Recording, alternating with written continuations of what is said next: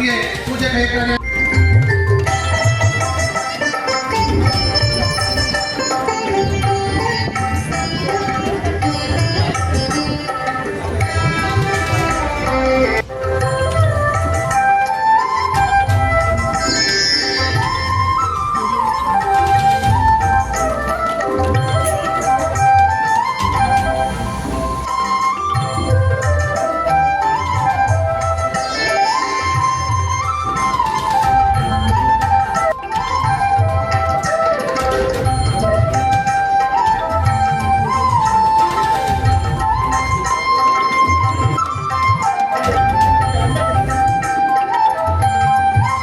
ಮಹಾಗಣಪತಿ ದೇವರ ಪಾದಗಳಿಗೆ ನಿಶ್ಚಯವನ್ನು ಮಾಡ್ತಾ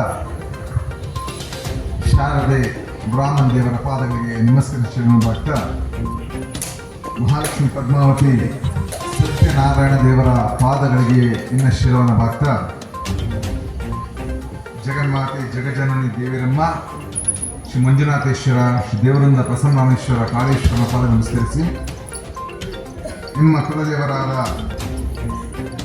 ಭೈರವೇಶ್ವರ ವೀರಭದ್ರ ಕಾಳಿಕಾಂಬ ಅಣ್ಣಪ್ಪ ಸ್ವಾಮಿ ಎಲ್ಲ ಪರಿವಾರ ದೇವತೆಗಳಿಗೆ ಆದಿಶೇಷನ ಪಾದಗಳಿಗೆ ಬ್ರಹ್ಮ ಋಷಿಗಳು ಸಪ್ತ ಋಷಿಗಳು ರಾಜಋಷಿಗಳು ದೇವಋಷಿಗಳ ಪಾದಗಳಿಗೆ ನಮಸ್ಕರಿಸಿ ಪರಮ ಪೂಜ್ಯನೀಯ ಡಾಕ್ಟರ್ ಡಿ ವೀರೇಂದ್ರ ಹೆಗ್ಡೆಯವರು ಮತ್ತು ಹೇಮಾವತಿ ಅಮ್ಮನವರ ಪಾದಗಳಿಗೆ ಶಿರವನ್ನು ಬಾಗ್ತಾ ಋಗ್ವೇದದಲ್ಲಿ ಒಂದು ಶ್ಲೋಕ ಬರುತ್ತೆ. ಓಂ ಆಯುರ್ವಾಮೆಯ ಚಕ್ಷಯ ಮಿತ್ರವಂಚ ಸೂರ್ಯ ರಾಚಿಷ್ಠೆ ಬಹುಪಾಯಿ ಯತಿ ಮಹಿ ಸ್ವರಾಜ್ಯ ಅಂತೇಳಿ. ಅಂದರೆ ಧೀಮಂತರಾದ ನಾವೆಲ್ಲ ಸುಸಂಘಟಿತರಾಗಿ ವಿಶ್ವದ ದೃಷ್ಟಿಕೋನವನ್ನು ಇಟ್ಕೊಳ್ತಾ ಈ ರಾಷ್ಟ್ರದ ಕಲ್ಯಾಣಕ್ಕಾಗಿ ದುಡಿಬೇಕು ಅಂತ. ಇವತ್ತು ನಮ್ಮ ಜೊತೆ ಪರಮ ಪೂಜ್ಯನೀಯ ಶ್ರೀ ರಾಜಶೇಖರಾನಂದ ಸ್ವಾಮೀಜಿ ವಜ್ರದೇಹಿ ಮಠವಿದ್ದಾರೆ. ಇವರ ಮೇಲಿರುವಂಥ ವಸ್ತ್ರ, ಇವರು ಹಾಕಿರುವಂಥ ವಸ್ತ್ರ ಏನಿದೆ ಇದು ವಿಶ್ವದ ದೃಷ್ಟಿಯನ್ನು ತೋರಿಸ್ತಾ ಇದೆ. ಆದರೆ ಇವರ ಕರ್ಮ ಕೆಲಸಗಳು ರಾಷ್ಟ್ರದ ದೃಷ್ಟಿಕೋನ ಇಟ್ಕೊಂಡಿದೆ. ಆ ರೀತಿಯಾಗಿ ವಿಶ್ವ ದೃಷ್ಟಿಕೋನ ಇಟ್ಕೊಂಡು ರಾಷ್ಟ್ರದ ಕಲ್ಯಾಣಕ್ಕಾಗಿ ದುಡಿತಿರ್ತಕ್ಕಂಥ ಶ್ರೀ ರಾಜಶೇಖರಾನಂದ ಸ್ವಾಮೀಜಿಯವರ ಪಾದರ ವೃಂದಗಳಿಗೆ ಶಿರವನ್ನು ಬಾಗ್ತಾ ನಮ್ಮ ಈ ಒಂದು ಆಧ್ಯಾತ್ಮಿಕ ಕಾರ್ಯಕ್ರಮದಲ್ಲಿ ಭಾಗಿಯಾಗಿರ್ತಕ್ಕಂಥ ಎಲ್ಲ ಸದ್ಭಕ್ತರ ಪಾದಗಳಿಗೆ ಶಿರವನ್ನು ಬಾಗಿ ಸಜ್ಜನ ಸನಾತ ಬಂಧುಗಳೇ,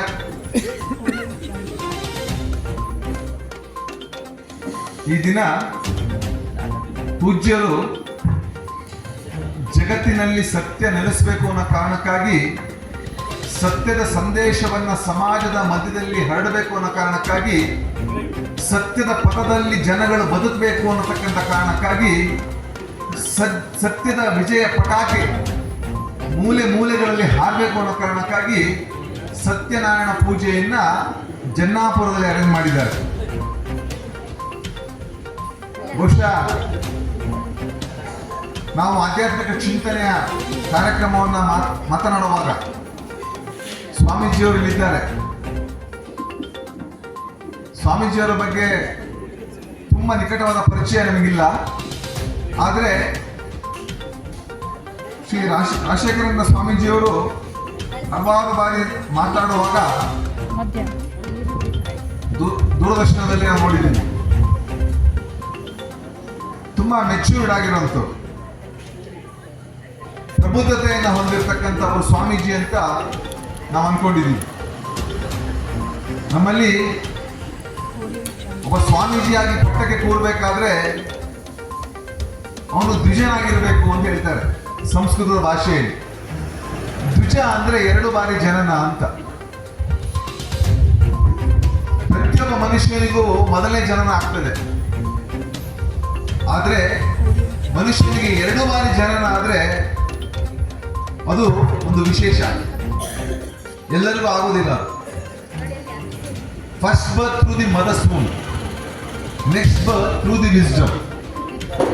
ಮೊದಲನೇ ಜನನ ತಾಯಿಯ ಗರ್ಭದಲ್ಲಿ ಆಗ್ತದೆ, ಎರಡನೇ ಜನನ ಜ್ಞಾನದ ಮುಖಾಂತರ ಆಗ್ತದೆ.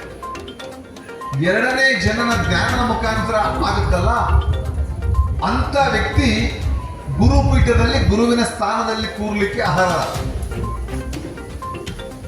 ಯಾಕಂದ್ರೆ ಅವ್ರಿಗೆ ಎಲ್ಲ ವಿಷಯ ಗೊತ್ತಿರಬೇಕು. ಸಮಾಜದ ಬಂಧುಗಳನ್ನ ಸರಿದಾರಿಯಲ್ಲಿ ನಡೆಸಬೇಕಾದ್ರೆ ಗುರುವಿಗೆ ಅಗಾಧವಾದ ಜ್ಞಾನ ಇರಬೇಕು. ಗುರುವಿನ ಬಳಿ ಎಲ್ಲರೂ ಹೋಗ್ತಾರೆ, ರೈತರು ಹೋಗ್ತಾರೆ, ಅಡಿಕೆ ಬೆಳೆಗಾರ ಹೋಗ್ತಾರೆ, ಬಿಸ್ನೆಸ್ ಮೆನ್ಸ್ ಬರ್ತಾರೆ, ವಿಶ್ವಸಂಸ್ಥೆಯ ಸೆಕ್ರೆಟರಿ ಬರ್ತಾರೆ, ರಾಷ್ಟ್ರಪತಿ ಬರ್ತಾರೆ, ಪ್ರಧಾನಮಂತ್ರಿ ಬರ್ತಾರೆ. ಎಲ್ಲರೂ ಬಂದು ಅವರವರ ವಿಚಾರಗಳನ್ನ ಹೆಗ್ಡೆಯವರ ಮುಂದೆ ಮಂಡಿಸ್ತಾರೆ. ಆದ್ರೆ ಎಲ್ಲರಿಗೂ ಹೆಗ್ಡೆಯವರು ಅವರ ಸಬ್ಜೆಕ್ಟ್ಗೆ ಅನುಗುಣವಾಗಿ ಸರಿಯಾದ ರೀತಿ ಉತ್ತರವನ್ನು ಕೊಡ್ತಾರೆ. ಅಲ್ಲಿಗೆ ಅವರು ನಿಜರಲ್ವಾ? ಹೋಗ್ತಾನೆ. ಸೊ ಧರ್ಮಸ್ಥಳದ ವೀರೇಂದ್ರ ಹೆಗ್ಡೆಯವರು ಆ ಗುರುಪೀಠಕ್ಕೆ ಕೂರ್ಲಿಕ್ಕೆ ಅರ್ಹರು, ಯಾಕಂದ್ರೆ ಅವರು ದ್ವಿಜರು. ನನಗೆ ಖುಷಿಯಾಗಿದೆ ಏನಂದ್ರೆ ಇವತ್ತು ನಾನು ಹಲವಾರು ನನ್ನ subject scientific significance and sanctity behind Indian philosophy, ಇದು ನಾವು ಟೀಚ್ ಮಾಡೋದು. ನಮ್ಮ ಆಧ್ಯಾತ್ಮಿಕ ಗುರುಗಳು ಬನ್ನಂಜೆ ಗೋವಿಂದಾಚಾರ್ಯ ಗುರುಗಳ ಹತ್ರ ಮಾತಾಡ್ತಾ ಇದ್ವಿ. ಈಗ ಅವರು ಕೂಡ ನಮ್ಮ ಗುರುಗಳ ಸಂಪರ್ಕ ಚೆನ್ನಾಗಿದೆ. ಆ ಕಥೆಯನ್ನ ಪೂರ್ವಾಶ್ರಮದ ಕಥೆಗಳನ್ನು ಹೇಳ್ತಾ ಇದ್ರು. ಇವತ್ತು ಗುರುಗಳೇ ನಾವು ಸುಮಾರು 2,000ಕ್ಕಿಂತ ಹೆಚ್ಚು ಉಪನ್ಯಾಸಗಳನ್ನ ಕೊಟ್ಟಿರ್ಬೋದು. ಆದ್ರೆ ಎಲ್ಲ ಒಂದು ಕಡೆ ಮನಸ್ಸಿನಲ್ಲಿ ತುಂಬಾ ಜಿಜ್ಞಾಸೆ ಕಾಡ್ತಾ ಇದೆ. ಯಾಕೆ ಅಂತ ಒಂದು ಪ್ರಶ್ನೆ ಕೇಳಬಹುದು. ಬಹುಶಃ ನನ್ನ ಜೊತೆ ಇರುವಂತ ನನ್ನ ಸ್ನೇಹಿತರು ಬಂಧುಗಳು ಸುನಿಲ್ ಅವರಿದ್ದಾರೆ, ಆದರ್ಶ್ ಅವರಿದ್ದಾರೆ, ಜನಪ್ಪ ರಘು ಅವರಿದ್ದಾರೆ, ಗಜೇಂದ್ರ ಅವರಿದ್ದಾರೆ, ತುಂಬಾ ಜನ ಇದ್ದಾರೆ. ಅವರೆಲ್ಲ ನಮ್ಮ ಜೊತೆ ಒಡನಾಡಿ ಇಟ್ಕೊಂಡು ನಮ್ಮ ಸಂಘಟನೆ ಮಾಡಿ ಹಲವಾರು ಆಧ್ಯಾತ್ಮಿಕ ಕಾರ್ಯಕ್ರಮ ಭಾಗವಹಿಸುವಂತು. ಆದ್ರೆ ಎಲ್ಲೋ ಒಂದು ಕಡೆ ಒಂದು ಜಿಜ್ಞಾಸೆ ಯಾಕಿದೆ ಅಂದ್ರೆ, ಈ ದೇಶದಲ್ಲಿ ಕನ್ಯಾಕುಮಾರಿಯಿಂದ ಹಿಡಿದು ಕಾಶ್ಮೀರ ತನಕ ಲಕ್ಷಾಂತರ ದೇವಸ್ಥಾನಗಳಿದೆ, ಮಸೀದಿಗಳಿದೆ, ಚರ್ಚ್ಗಳಿದೆ, ಬುದ್ಧ ಸ್ತೂಪಗಳಿದೆ, ಜೈನ ಬಸದಿಗಳಿದೆ. ಇಷ್ಟೆಲ್ಲ ಇದ್ರೂ ಕೂಡ ಶಾಲಾ ಕಾಲೇಜುಗಳಿದೆ, ಆಧ್ಯಾತ್ಮಿಕ ಸ್ವಯಂ ಸೇವಾ ಸಂಸ್ಥೆಗಳಿದ್ದಾವೆ. ಇಷ್ಟೆಲ್ಲ ಈ ದೇಶದಲ್ಲಿ ಇದ್ರೂ ಕೂಡ ಈ ದೇಶದಲ್ಲಿ ಧರ್ಮ ಸ್ಥಾಪನೆ ಆಗಲಿಲ್ಲ, ಸತ್ಯದ ಸ್ಥಾಪನೆ ಆಗಲಿಲ್ಲ. ಧರ್ಮ ಮೀನ್ಸ್ ಎಟಮಲಾಜಿಕಲ್ ಮೀನಿಂಗ್ ಆಫ್ ಧರ್ಮ ಇಸ್ ಸತ್ಯ. ಧರ್ಮದ ಸ್ಥಾಪನೆ ಆಗಲಿಲ್ಲ. ಯಾಕೆ? ಯಾವಾಗ ಹೇಳ್ತಾ ಇರ್ತೀವಿ ನಾವು ರಘುವರ ಹಿಂದೆ ಸಂಘಟನೆ ಮಾಡಿದವ್ರೆ, ಸುನಿಲ್ ಅವರು ಎಲ್ಲ ಅವರೊಟ್ಟಿಗೆ ಇದ್ದವರು. ನೋಡಿ, ಸಣ್ಣ ಕಲ್ಪನೆ ಮಾಡ್ಕೊಳ್ಳಿ. ನಿಮ್ಮ ಊರಿನಲ್ಲಿ ಒಂದು ಸಣ್ಣ ಗ್ರಾಮ ಇದೆ. ಆ ಗ್ರಾಮದಲ್ಲಿ ಒಂದು 500 ಜನಸಂಖ್ಯೆ ಇರ್ತಕ್ಕಂಥ ಗ್ರಾಮ. ಆ 500 ಜನಸಂಖ್ಯೆಯಲ್ಲಿ ಸುಮಾರು 250 ಜನ ಡಾಕ್ಟರ್ಸ್ ಇದ್ದಾರೆ. ಉಳಿದಂತ 250 ಜನ ರೋಗಿಗಳು. ಹೇಗಿರುತ್ತೆ ಅವರು? ಚೆನ್ನಾಗಿರಲ್ವಾ? ಖಂಡಿತ ಚೆನ್ನಾಗಿರಲ್ಲ. ಒಂದು 500 ಜನಸಂಖ್ಯೆ ಇರ್ತಕ್ಕಂಥ ನಿಮ್ಮ ಊರಿನಲ್ಲಿ ಸುಮಾರು ಒಂದು 250 ಜನ ಅಡ್ವೊಕೇಟ್ಸ್ ಇದ್ದಾರೆ. ಉಳಿದಂತ 250 ಜನಕ್ಕೆ ಕಾನೂನಿನ ಸಾಮಾನ್ಯ ಜ್ಞಾನ ಕೂಡ ಗೊತ್ತಿಲ್ಲ ಅನ್ಕೊಳ್ಳಿ. ಹೇಗಿರುತ್ತೆ ಅವ್ರು? ಚೆನ್ನಾಗಿರುತ್ತ? ಖಂಡಿತ ಚೆನ್ನಾಗಿರಲ್ಲ. ಇದನ್ನು ಯಾಕೆ ಹೇಳ್ತಾ ಇದ್ದೀವಿ ಅಂದ್ರೆ, ಈ ದೇಶದಲ್ಲಿ ಇಷ್ಟೊಂದು ದೇವಸ್ಥಾನಗಳು, ಮಠ ಮಂದಿರಗಳು, ಶಾಲಾ ಕಾಲೇಜುಗಳು, ಮಸೀದಿಗಳು, ಚರ್ಚ್ಗಳು, ಬುದ್ಧ ಸ್ತೂಪಗಳು, ಜೈನ ಬಸದಿಗಳು ಎಲ್ಲ ಇದ್ರೂ ಕೂಡ ದೇಶದಲ್ಲಿ ಮತ್ತು ಅರಾಜಕತೆ, ಮೋಸ, ದಗ, ವಂಚನೆ, ಭ್ರಷ್ಟಾಚಾರ, ಲಂಚ, ವ್ಯಭಿಚಾರ ಏನೇನು ಆಗಬಾರದು ಅದೆಲ್ಲ ಮಿತಿ ಮೀರಿ ಹೋಗ್ತಾ ಇದೆ. ಹಾಗಾದ್ರೆ ಎಲ್ಲಿ ನಾವು ತಪ್ಪಿದೀವಿ? Where we have lost our way. ಎಲ್ಲೊಂದ್ ಕಡೆ ತಪ್ಪಿರ್ಬೇಕಲ್ಲ. ನಿಮ್ಮ ಪ್ರಶ್ನೆ ನೀವೇ ಬರಬೇಕು. ಈ ಗುರುಗಳು ಹೇಳಿದ್ರು, ಪ್ರಶ್ನೆ ನಿಮ್ದೆ, ಉತ್ತರ ನಿಮ್ದೆ ಅಂತ.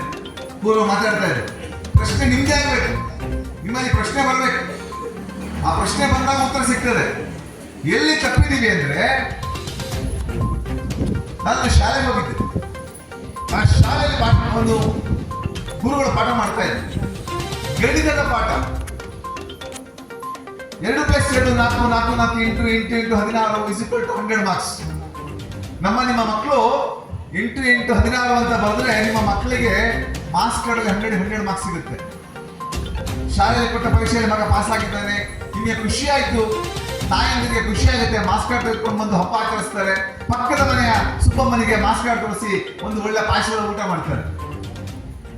ಶಾಲೆಯಲ್ಲಿ ಕೊಟ್ಟ ಪರೀಕ್ಷೆಯಲ್ಲಿ ಮಗ ಪಾಸ್ ಆಗಿದ್ದಾನೆ, ಶಾಲೆಯಲ್ಲಿ ಕೊಟ್ಟ ಪರೀಕ್ಷೆಯಲ್ಲಿ ಮಗ ಪಾಸ್ ಆಗಿದ್ದಾನೆ, ಆದರೆ ಜೀವನದ ಪರೀಕ್ಷೆಯಲ್ಲಿ ಮಗ ಫೇಲ್ ಆಗಿದ್ದಾನೆ. ಬರೀ ಶಾಲೆಯಲ್ಲಿ ಕೊಟ್ಟ ಪರೀಕ್ಷೆಯಲ್ಲಿ ಮಗ ಪಾಸ್ ಆಗುವುದಲ್ಲ, ಜೀವನದ ಪರೀಕ್ಷೆಯಲ್ಲೂ ಕೂಡ ನಿಮ್ಮ ಮಗ ಪಾಸ್ ಆಗ್ಬೇಕಲ್ಲ. ಅದಕ್ಕೆ ಏನ್ ಮಾಡಬೇಕು? ಅದಕ್ಕೆ we have to teach the life mathematics. What is life mathematics? ಜೀವನದ ಗಣಿತವನ್ನು ಹೇಳ್ಕೊಡ್ಬೇಕು. ನಮ್ಮಲ್ಲಿ ಸಬ್ಟ್ರಾಕ್ಷನ್, ಡಿವಿಷನ್, ಮಲ್ಟಿಪ್ಲಿಕೇಶನ್, ಅಡಿಷನ್ ಈ ತರ ಎಲ್ಲ ನೀವು ಗಣಿತದಲ್ಲಿ ಕಲ್ತಿದ್ದೀರಾ ಶಾಲಾ ಕಾಲೇಜುಗಳಲ್ಲಿ. ಯಾವುದನ್ನ ನೀವು ಆಡ್ ಮಾಡಬೇಕು? ಒಳ್ಳೆ ಒಳ್ಳೆ ವಿಚಾರಗಳನ್ನ ಆಡ್ ಮಾಡ್ಬೇಕು ಜೀವನದಲ್ಲಿ. ಅದು ಜೀವನದ ಗಣಿತ. ಕೆಟ್ಟ ಕೆಟ್ಟ ವಿಚಾರಗಳು, ಬೇಡದ ವಿಚಾರಗಳು, ಭ್ರಷ್ಟಾಚಾರ, ಕುಡಿತ, ಇಸ್ಪೀಟು, ಜೂಜು, ಕೆಟ್ಟ ಶಬ್ದ ಉಪಯೋಗಿಸೋದು, ಒಬ್ರು ಗಂಟ ಹೊಟ್ಟೆ ಕಿಚ್ಚು ಮಾಡೋದು, ದ್ವೇಷ, ಅಸೂಯೆ, ಹೌದಲ್ವೋ? ಕೆಟ್ಟ ಕೆಟ್ಟ ದೊಡ್ಡ ಕೆಟ್ಟ ವಿಚಾರಗಳಿದೆ. ಇಂಥ ವಿಚಾರಗಳನ್ನ ಏನ್ ಮಾಡ್ಬೇಕು? ಮೈನಸ್ ಮಾಡ್ಬೇಕು, ಸಬ್ಟ್ರಾಕ್ಟ್ ಮಾಡ್ಬೇಕು. ಇದನ್ನ ನೀವು ಮಾಡಿದ್ರೆ, ನಿಮ್ಮ ಮಕ್ಕಳಿಗೆ ಹೇಳ್ಕೊಟ್ರೆ ಅದು ಜೀವನದ ಗಣಿತ ಆಗ್ತದೆ. It is called as life mathematics. ಒಂದು ವೇಳೆ ಏನಾದ್ರು ಸಚ್ಚಿಂತನೆಗಳಿಗೆ ಸ್ವಾಮೀಜಿಯವರು ಬಂದಿದ್ದಾರೆ, ಒಂದಿಷ್ಟು ಆಧ್ಯಾತ್ಮಿಕ ಚಿಂತನೆಗಳನ್ನ ಕೊಡ್ತಾರೆ, ಸಾತ್ವಿಕ ಚಿಂತನೆಗಳನ್ನು ಕೊಡ್ತಾರೆ. ಆ ಚಿಂತನೆಗಳನ್ನು ಏನ್ ಮಾಡ್ಬೇಕು ಅಂದ್ರೆ, ಯು ಹ್ಯಾವ್ ಟು ಮಲ್ಟಿಪ್ಲೈ. ಎಂಟೆಂಟ್ಲಿ ಎಷ್ಟಾಗುತ್ತೆ? 64 ಆಗುತ್ತೆ. ಅಂದ್ರೆ ಇವತ್ತು ನೀವು ನಮ್ಮ ಶ್ರೀ ನಾರಾಯಣ ದೇವರ ಪೂಜೆಗೆ ಬಂದಿದ್ದೀರಾ. ಇವತ್ತು ಸತ್ಸಂಗದಲ್ಲಿ ಸ್ವಾಮೀಜಿಯವರು ನಿಮಗೆ ಒಂದು ಆಶ್ವಾಸನೆ ಕೊಡ್ತಾರೆ.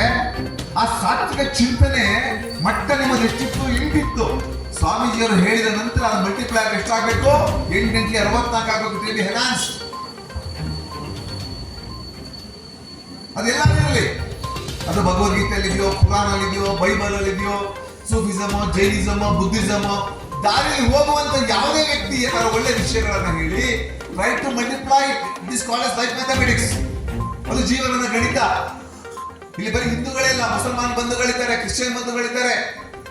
ನಮ್ಮ ಧರ್ಮಸ್ಥಳದ ಕಾರ್ಯಕ್ರಮದಲ್ಲಿ ಜಾತಿ, ಮತ, ಪಂಥ, ಪಕ್ಷ ಭೇದ ಮರೆತು ಎಲ್ಲರೂ ಸೇರಿಕೊಂಡು ನಾರಾಯಣನ ಪೂಜೆ ಮಾಡ್ತಾ ಇದ್ದಾರೆ.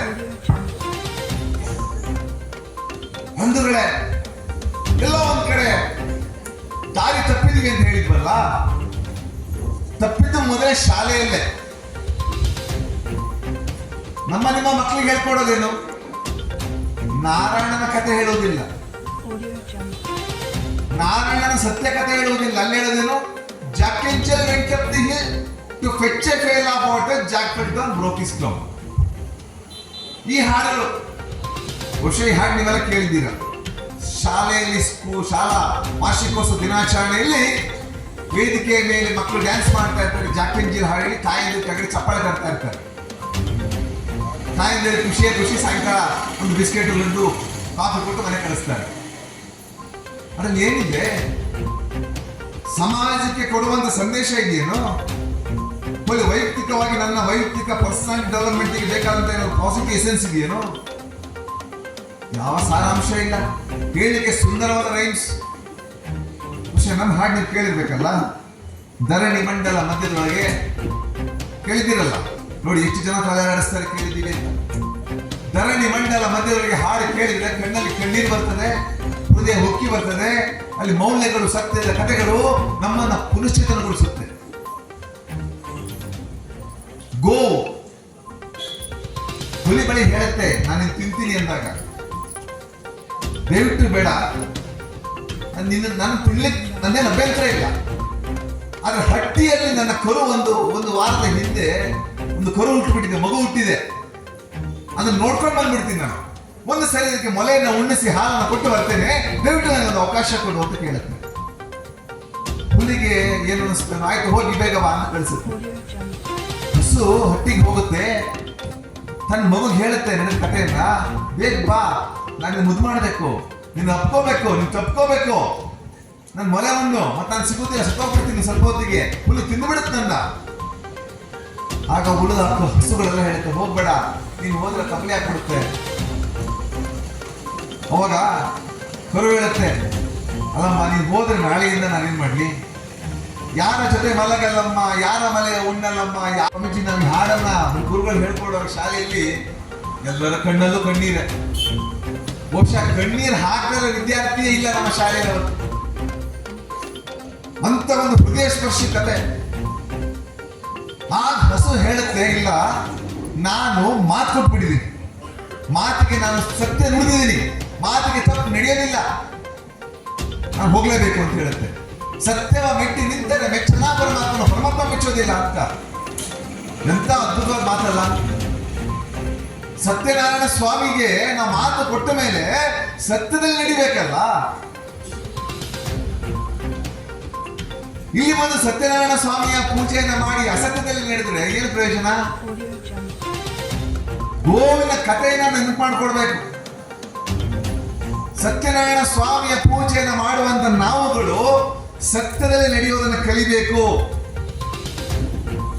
ಈ ಒಂದು ವಿಚಾರ ಮೌಲ್ಯಗಳು ನಮ್ಗೆ ಎಲ್ಲಿ ಸಿಗುತ್ತೆ? ಜಾಕ್ಯನ್ ಜಿಲ್ಲೆಯಲ್ಲಿ ಸಿಗುವುದಿಲ್ಲ, ಧರಣಿ ಮಂಡಲ ಮಧ್ಯದೊಳಗೆ ಸಿಗುತ್ತೆ ಸತ್ಯನಾರಾಯಣ ಸ್ವಾಮಿಯ ಕಥೆ ಸಾರಾಂಶ.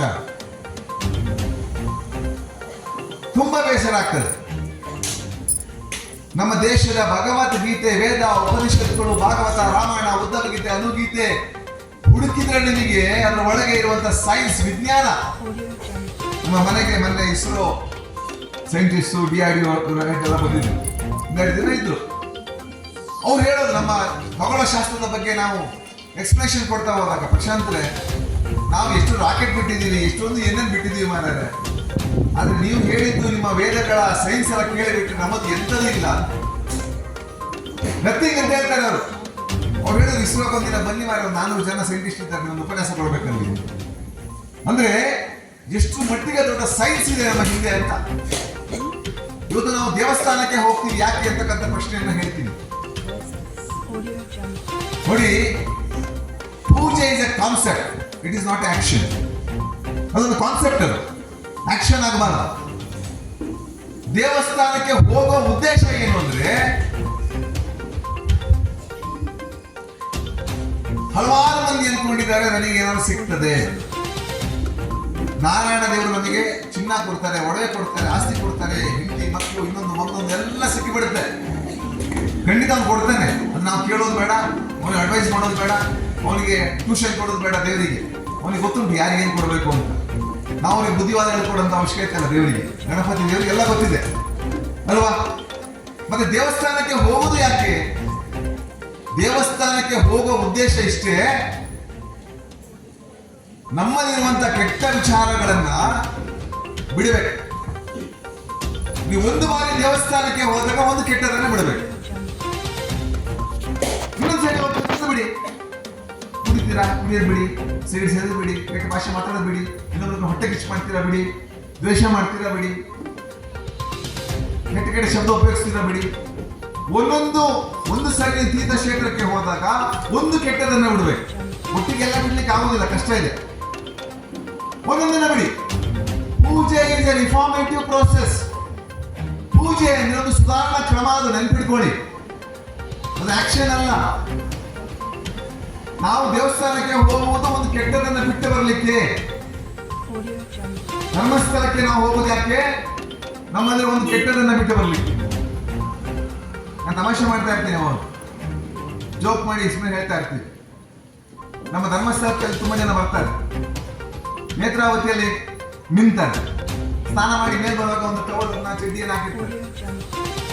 ಅಲ್ಲಿ ದೂರದಲ್ಲಿ ಯಾರೋ ಒಂದು ಸೂಚನೆ ಕೊಡ್ತಾರೆ, ಅಲ್ಲಿ ಒಂದು ಚಡ್ಡಿ ಬಿಸಾಡು, ಬನ್ನಿ ಬಿಸಾಡು, ನಿಮ್ಮ ಚಡ್ಡಿ ಬನ್ನಿ ಬಿಸಾಡಲ್ಲ. ಅರ್ಶನ ಹೇಳ್ತಾ ಇರ್ತಾರೆ, ವಾರಕ್ಕೆ 2 ಚಡ್ಡಿ ಬನ್ನಿ ಸಿಗ್ತದೆ ನೇತ್ರಾವತಿ. ಅದು ಎಂತ ಮಾಡೋದು? ಸೆಕೆಂಡ್ ಹ್ಯಾಂಡ್ ಸೇಲ್ ಮಾಡ್ಲಿಕ್ಕೂ ಇಲ್ಲ, ರೀಯೂಸ್ ಮಾಡ್ಲಿಕ್ಕೂ ಯಾರು ಕೇಳೋದಿಲ್ಲ. ಅದು ಪೊಲ್ಯೂಷನ್ ಬೇರೆ, ವೇಸ್ಟ್ ಹೌದಲ್ವ? ಮಾಣಿಕ್ಯದ ಚಿಕ್ಕಮಂಗ್ಳೂರಲ್ಲಿ ಹೋಗಿ ನೋಡ್ಕೊ ಬನ್ನಿ, ಆಧ್ಯಾತ್ಮಿಕ ಚಿಂತನೆ ಅಧಪತನ, ಅಲ್ಲೂ ಕೂಡ ಎಲ್ಲ ಚಡ್ಡಿ ಬನ್ನಿ ನೇತಾಕಿರ್ತಾರೆ, ಅವಕೆಗಳು ಅವು ಇವು ಅಲ್ಲ. ಅದನ್ನ ಬಿಟ್ಟು ಬರೋದು. ನಮ್ಮ ಆಧ್ಯಾತ್ಮಿಕ ಚಿಂತನೆ ಏನ್ ಹೇಳುತ್ತೆ? ನೀವು ತೀರ್ಥಕ್ಷೇತ್ರಕ್ಕೆ ಹೋಗಿ ನೇತ್ರಾವತಿ, ಗಂಗೆ, ಸಿಂಧು, ಯಮುನೆ ಅಲ್ಲಿ ನಿಂದು ಏನನ್ನ ಬಿಡಬೇಕು? ನಿಮ್ಮಲ್ಲಿರೋ ಒಂದು ಕೆಟ್ಟದನ್ನ ಬಿಡಬೇಕು, ಚಡ್ಡಿ ಬನ್ನಿನಲ್ಲ. ನಿಮ್ಮ ಚಡ್ಡಿ ಬನ್ನಿ ಬಿಟ್ಟ, ಕೆಟ್ಟದ್ದು ಬಿಡಲೇ ಇಲ್ಲ. 25 ಸರಿ ಧರ್ಮಸ್ಥಳಕ್ಕೆ ಹೋದ್ರು ಕೂಡ ಒಂದು ಕೆಟ್ಟದ್ದು ಬಿಡಲಿಲ್ಲ, ಬರೀ ಬಿಟ್ಟು ಚಡ್ಡಿ ಬನ್ನಿದೆ. ಮತ್ತೆ ಹೇಗೆ ಸುಧಾರಣೆ ಆಗುತ್ತೆ, ಹೇಗೆ ರಿಫಾರ್ಮ್ಸ್ ಆಗುತ್ತೆ ಯೋಚನೆ ಮಾಡಿ. ನಿಮಗೆ ಈ ರೀತಿಯ ಚಿಂತನೆಗಳನ್ನ ಮಾಡಲಿಕ್ಕೆ, ಮೌಲ್ಯಗಳನ್ನ ಕಲಿಸಲಿಕ್ಕೆ, ಸಂಸ್ಕಾರವನ್ನ ಕೊಡ್ಲಿಕ್ಕೆ, ಸತ್ಸಂಗಗಳನ್ನ ಮಾಡಲಿಕ್ಕೆ, ಯೋಗ ಪ್ರಾಣಾಯಾಮ ಧ್ಯಾನವನ್ನ ಮಾಡಿ ನಿಮ್ಮನ್ನ ಉತ್ತಮದ ಸ್ಥಿತಿಗೆ ಕಳ್ಕೊಂಡು ಹೋಗ್ಲಿಕ್ಕೆ, ರಿಫಾರ್ಮೇಟಿವ್ ಆಗಿ ನಿಮ್ಮನ್ನ ಕೊಂಡೋಗ್ಲಿಕ್ಕೆ ಒಂದು ಜಾಗ ಬೇಕಲ್ಲ. ಆ ಜಾಗವೇ ದೇವಸ್ಥಾನ, ಆ ಪ್ಲಾಟ್ಫಾರ್ಮೇ ದೇವಸ್ಥಾನ. ನೆನ್ಪಿಟ್ಕೊಳ್ಳಿ, ಸ್ವಾಮಿಯ ಪೂಜೆಗೆ ಬಂದಿದ್ದೀರಾ, ಇವತ್ತು ನೀವು ಇಲ್ಲಿಂದ ವಾಪಸ್ ಹೋಗುವಾಗ ಒಂದು ಕೆಟ್ಟದನ್ನ ಬಿಟ್ಟು ಹೋಗ್ಬೇಕು. ಅದೇನ್ ಬಿಡ್ತಿರೋ ಗೊತ್ತಿಲ್ಲ. ನೀವು ಕುಡಿತಿದ್ದೀರಾ, ಸಿಗರೇಟ್ ಸೇರ್ತೀರಾ, ಎಸ್ಪಿತ್ ಆಗ್ತಿರೋ, ಜೂಜ್ ಆಡ್ತಿರೋ, ಹೊಟ್ಟೆ ಕಿಚ್ಚು ಮಾಡ್ತಿರೋ, ದ್ವೇಷ ಮಾಡ್ತಿರೋ, ಭ್ರಷ್ಟಾಚಾರ ಲಂಚ ಹೊಡಿತಿರೋ, ದೇಶಕ್ಕೆ ಅನ್ಯಾಯ ಮಾಡ್ತಾ ಇದ್ದೀರೋ, ಜಾತೀಯತೆ ಮಾಡ್ತಿರೋ, you don't know what you do, whatever evil, ಕೆಟ್ಟದ್ದು ಏನಿದೆ ನಿಮ್ಮಲ್ಲಿ ಅದನ್ನ ಒಂದು ಬಿಡ್ಬೇಕು. ಇದನ್ನ ಪ್ರತಿಯೊಬ್ಬ ಮನುಷ್ಯ ಮಾಡ್ತಾ ಬಂದ್ರೆ, ತನ್ನನ್ನು ತಾನು ರಿಫಾರ್ಮ್ಸ್ ಆಗಿ ಬಿಟ್ರೆ ಇಡೀ ಸಮಾಜ ರಾಮರಾಜ್ಯ ಆಗೋದಿಲ್ವಾ? ಆಗುತ್ತಲ್ವೋ? ಅವಶ್ಯಕತೆ ಇಲ್ಲ. ಮನೇಲಿ ಕೂತ್ಕೊಳ್ಳಿ, ಸುಮ್ಮನೆ ಅಲ್ಲಿ ಹೋಗ್ಬಿಟ್ಟು ಸ್ವಾರ್ಥದ ಬದುಕು, ಸೆಲ್ಫ್ ಸೆಂಟರ್ಡ್ ಡಿವೋಷನ್ ಮಾಡ್ಕೊಂಡು ಮನಸ್ಸೆಲ್ಲ ಹಾಳು ಮಾಡ್ಕೊಂಡು ಬರೋದು ಬೇಡ. ಇನ್ನೊಬ್ಬರಲ್ಲಿ ಪಕ್ಕದಲ್ಲಿ ಪಾಪ ಸ್ವಾಮೀಜಿ ಅಂತವರು ಯಾರೋ ಸಾತ್ವಿಕರು ಅನುಷ್ಠಾನ ಮಾಡಕ್ ಬಂದಿರ್ತಾರೆ, ನಿಮ್ಮ ಪ್ರಭಾವಳಿಗಳು ಟಚ್ ಆಗಿ ಅವರ ಮೈಂಡ್ ಅನ್ನು ಪೊಲ್ಯೂಟ್ ಮಾಡೋ ಅವಶ್ಯಕತೆ ಇರೋದಿಲ್ಲ. ಬಂಧುಗಳೇ, ಇದನ್ನು ಯಾಕೆ ಹೇಳ್ತಾ ಇದ್ದೀವಿ ಅಂದ್ರೆ, ಇವತ್ತು ಸತ್ಯನಾರಾಯಣ ಸ್ವಾಮಿಯ ಪೂಜೆ ಕಾರ್ಯಕ್ರಮ ಮಾಡ್ತಾ ಇದ್ದೀವಿ. ನಮ್ಮಲ್ಲಿ ಪೂಜೆಯನ್ನ ಮಾಡಲಿಕ್ಕಿಂತ ಮುಂಚೆ ಹಲವಾರು ವಿಚಾರಗಳನ್ನು ಹೇಳ್ತಾರೆ. ಒಂದು ಸೈನ್ಸ್, ನಾವೀಗೆಲ್ಲ ಜಗತ್ತಲ್ಲಿ ಎಲ್ಲದರ ಬಗ್ಗೆ ಅರ್ಥ ಮಾಡ್ಕೊಂಡಿದ್ದೀವಿ. ಆನೆ ಬಗ್ಗೆ ಸ್ಟಡಿ ಮಾಡ್ತೀವಿ, ಹುಲಿ ಬಗ್ಗೆ ಸ್ಟಡಿ ಮಾಡ್ತೀವಿ, ಒಂಟೆ ಬಗ್ಗೆ ಮಾಡ್ತೀವಿ. ಗೋಲ್ಡ್ ಮೆಡಲ್ PhD ತಗೋತಾರೆ. ಅವನನ್ನ ಕೇಳಿ ನಿನಗೆ ನಿನ್ನ ಬಗ್ಗೆ ಗೊತ್ತಾ ಅಂತ ಕೇಳಿ ಅವನ ಬಗ್ಗೆ ಅವನಿಗೆ ಗೊತ್ತಿಲ್ಲ.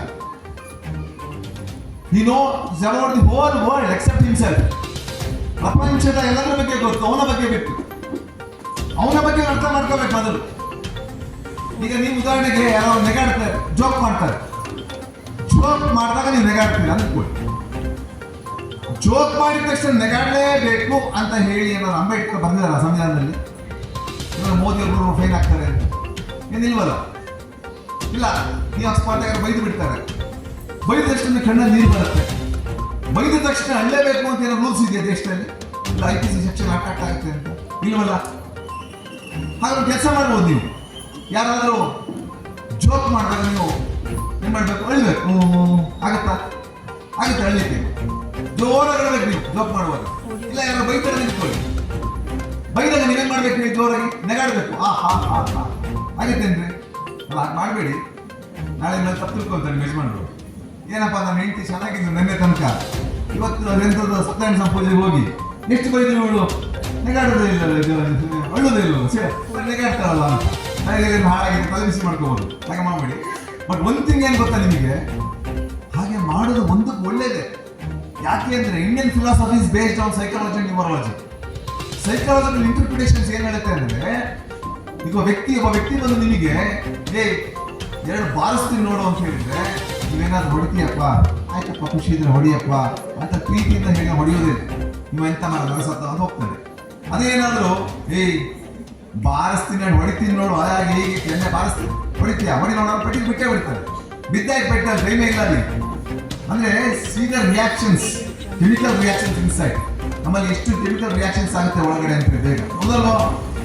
ಹಾಗಾಗಿ ನೀವು ನಿಮ್ಮ ಯಜಮಾನರು ಯಾರು ಬೈದ್ರೆ ಒಂದು 4 ದಿನ ನೀವು ನೆಗಾಡಿ ಬಿಟ್ರೆ, 5ನೇ ದಿನ ನಿಮ್ಮ ಯಜಮಾನರಿಗೆ ಅನ್ಸುತ್ತೆ, ನೋಡಿ ಎಂತ ಧ್ವನಿ ಪೀಳಿಗೆ ಸ್ಟ್ರೆಂಥನ್ ಆಗುತ್ತೆ. ಧ್ವನಿ ಹೋದಾಗ ಎಲೆಕ್ಷನ್ ಸ್ಪೀಚ್ ಮಾಡಿ ಗಲಾಟೆ ಮಾಡಿ ಪಕ್ಕದ ನೊಟ್ಟಿಗೆ ಇನ್ನೊಂದಿನ ಆಗಿ ಹಾಗೆ ಸಿಂಗಲ್ಸ್ ಇರ್ತಾರಲ್ಲ, ಧ್ವನಿ ಹೋಗುತ್ತಲ್ಲ, ಅವಾಗ ಏನ್ ಮಾಡ್ಬೇಕು? ಸ್ಟೆಪ್ಸ್ ತಿನ್ನೋದಲ್ಲ, ಖಾ ಖಾ ಖಾ ಅನ್ನೋ ಪದ ಹೇಳ್ಬೇಕು. ಖಾ ಅನ್ನೋ ಪದವನ್ನು ಹೇಳ್ತಾ ಇದ್ರೆ ನಿಮ್ಮ ಧ್ವನಿ ಪೇಟಿಗೆ ಸ್ಟ್ರೆಂಥನ್ ಆಗುತ್ತೆ, ನೆನ್ಪಿಟ್ಕೊಳ್ಳಿ. ಅದಕ್ಕೆ ರಾತ್ರಿ ಮಲಗಿರ್ತೀವಿ, ಧ್ವನಿ ಪೇಟಿಗೆ ರೆಸ್ಟ್ ಕೊಟ್ಟಿರ್ತೀವಿ. ಬೆಳಿಗ್ಗೆ ಎದ್ದ ತಕ್ಷಣ ನಮ್ಮ ವಾಯ್ಸ್ ಜರ್ನಿ, ಧ್ವನಿಯ ಪ್ರಯಾಣವನ್ನ ಯಾವ ಅಕ್ಷರದಲ್ಲಿ ಶುರು ಮಾಡಬೇಕು? ಕಾ. ಹಂಗಂತೇಳಿ ಬೆಳಿಗ್ಗೆ ಎತ್ತಿಟ್ಕೊಂಡು ಕಾ ಕಾ ಕಾ ಅಂದ್ರೆ ನಿಮ್ಮನ್ನು ನೋಡ್ತಾರೆ ಬಗ್ಗೆ ಧ್ವನಿ ಎಂತಾಗಿದೆ ಹಾಗೆ ಅಂತ. ಅದಕ್ಕೆ ಏನ್ ಮಾಡಿದ್ರು ನಮ್ಮ ಋಷಿಗಳನ್ನು ಕೊಟ್ಟರು, ನಿಮಗೇನಂತ ಆಧ್ಯಾತ್ಮಿಕ ಚಿಂತನೆ ಸಿಂಚನವನ್ನು ಕೊಟ್ಟಿದ್ದಾರೆ. ಕರಾಗ್ರೆ ವಸತೆ ಲಕ್ಷ್ಮಿ, ಕರ ಮಧ್ಯೆ ಸರಸ್ವತೆ, ಕರ ಮೂಲೆ ಸ್ಥಿತೆ ಗೌರಿ ಪ್ರಭಾತಕರ ದರ್ಶನಂ. ಎಷ್ಟು ಸರಿ ಕಾ ಬಂತು? ಆ ಥರ ಒಂದು 10 ಸರಿ 15 ಸರಿ 20 ಖುಷಿ ಆದಷ್ಟು ಹೇಳ್ಬಿಡಿ. ಕಾನ ಪದ ಬಂತು, ಲಕ್ಷ್ಮೀ ದುರ್ಗೆ ಸರಸ್ವತಿ ಜಗನ್ಮಾತೆ ನೆನೆಸ್ಕೊಂಡಂಗಾಯ್ತು. ಹೌದಲ್ವೋ? See how scientific it is. ಎಂತ ಅದ್ಭುತ ವಿಜ್ಞಾನ ಇದೆ ಇದ್ರಲ್ಲಿ. ನಾವು ಅರ್ಥ ಮಾಡ್ಕೊಳ್ಳೋದಲ್ಲೇ ಸುಮ್ಮನೆ ಒಂದು ಕಾರ್ಯಕ್ರಮ ಮಾಡಿ ಒಂದು ಶಾಮಿಯಾನ ಹಾಕಿ ಊಟ ಹಾಕಿ ಗಂಟೆ ಬಾರಿಸಿ ಜಾತ್ರೆ ಹೊಡೆದ್ರೆ ಆಗೋದಿಲ್ಲ. ಇದರ ಹಿಂದೆ ಇರುವಂತ ವಿಜ್ಞಾನ ತಿಳ್ಕೊಳ್ಳಿ, ಮಕ್ಕಳಿಗೆ ಹೇಳ್ಕೊಡ್ಬೇಕು ದಯವಿಟ್ಟು. ಶ್ರೀ ಸದಾನಂದ ಬಗೇರ ಅವರು ಕರ್ತವ್ಯ ನಿರ್ವಹಿಸುತ್ತಿದ್ದು, ಮೂಡಿಗೆರೆ ತಾಲೂಕಿನಲ್ಲಿ ಒಂದು ಯೋಜನಾಧಿಕಾರಿಯಾಗಿ ಶ್ರೀ ಶಿವನಾಥ್ ಪಿ ಅವರು ಕರ್ತವ್ಯ ನಿರ್ವಹಿಸುತ್ತಿದ್ದು, ಗೋಣಿಬೀಡು ವಲಯದಲ್ಲಿ ಮೇಲ್ವಿಚಾರಕರಾಗಿ ಶ್ರೀ ದೀಪಕ್ ಅವರು ಕರ್ತವ್ಯ ನಿರ್ವಹಿಸುತ್ತಿದ್ದಾರೆ. ಗೋಣಿಬೀಡು ವಲಯದಲ್ಲಿ ಒಟ್ಟು 7 ಕಾರ್ಯಕ್ಷೇತ್ರಗಳಿದ್ದು 6 ಜನ ಸೇವಾ ಪ್ರತಿನಿಧಿಗಳು, 6 ಜನ ಬಿಎಲ್ಇಗಳು, 6 ಜನ ಸಂವಿಧಾನ ಸಹಾಯಕರು ಕರ್ತವ್ಯ ನಿರ್ವಹಿಸುತ್ತಿದ್ದಾರೆ. ಚಿನ್ನಿಗ ಕಾರ್ಯಕ್ಷೇತ್ರದಲ್ಲಿ 60 ಸಂಘಗಳಿದ್ದು, ಶ್ರೀಮತಿ ಇಂದಿರಾರವರು ಒಕ್ಕೂಟದ ಅಧ್ಯಕ್ಷರಾಗಿದ್ದು, ಎಲ್ಲಾ ಸಂಘಗಳು ಎಬಿ ಶ್ರೇಣಿಯಲ್ಲಿರುತ್ತವೆ. 2 ಲಕ್ಷ ಸಿಡ್ಪಿ ಸಾಲವನ್ನ ನೀಡಲಾಗಿದೆ. ಮೈಕ್ರೋ ಬಜೆಟ್ ಮತ್ತು ಭೀಮಾ ಜ್ಯೋತಿ ಪಾಲಿಸಿ ಸದಸ್ಯರು ಭವಿಷ್ಯದ ಭದ್ರತೆಗಾಗಿ ಪಾಲಿಸಿಗಳನ್ನು ಮಾಡುತ್ತಿದ್ದ ಒಟ್ಟು ವಲಯದಲ್ಲಿ ಈ ವರ್ಷದಲ್ಲಿ 121 ಮೈಕ್ರೋ ಬಜೆಟ್ ಪಾಲಿಸಿ ಆಗಿ 170 ಭೀಮಾ ಜ್ಯೋತಿ ಪಾಲಿಸಿ ಮಾಡಿಸಲಾಗಿದೆ. ಮೈಕ್ರೋ ಬಜೆಟ್ ವಿಮೆಯನ್ನ 12 ಲಕ್ಷವನ್ನ ಸದಸ್ಯರಿಗೆ ಪಾವತಿಸಲಾಗಿದೆ. ಪ್ರಗತಿ ರಕ್ಷಾ ಕವಚ ಮತ್ತು ವಿಮಾ ಕಾರ್ಯಕ್ರಮ ಭಾರತೀಯ ವಿಮಾ ನಿಗಮದ ಸಹಭಾಗಿತ್ವದೊಂದಿಗೆ ಗ್ರಾಮಾಭಿವೃದ್ಧಿ ಯೋಜನೆ ತಂಡ ಸ್ವಸಹಾಯ ಸಂಘದ ಸದಸ್ಯರಿಗೆ ಅವರು ಪಡೆದುಕೊಳ್ಳುವ ಪ್ರಗತಿ ನಿಧಿ ಸಾಲಕ್ಕೆ ಸದಸ್ಯರು ತಮ್ಮ ವಿನಿಯೋಗದಾರರಿಗೆ ಸಾಲ ವಿಮಾ ಯೋಜನೆಯನ್ನು ಅನುಷ್ಠಾನಿಸಿದೆ.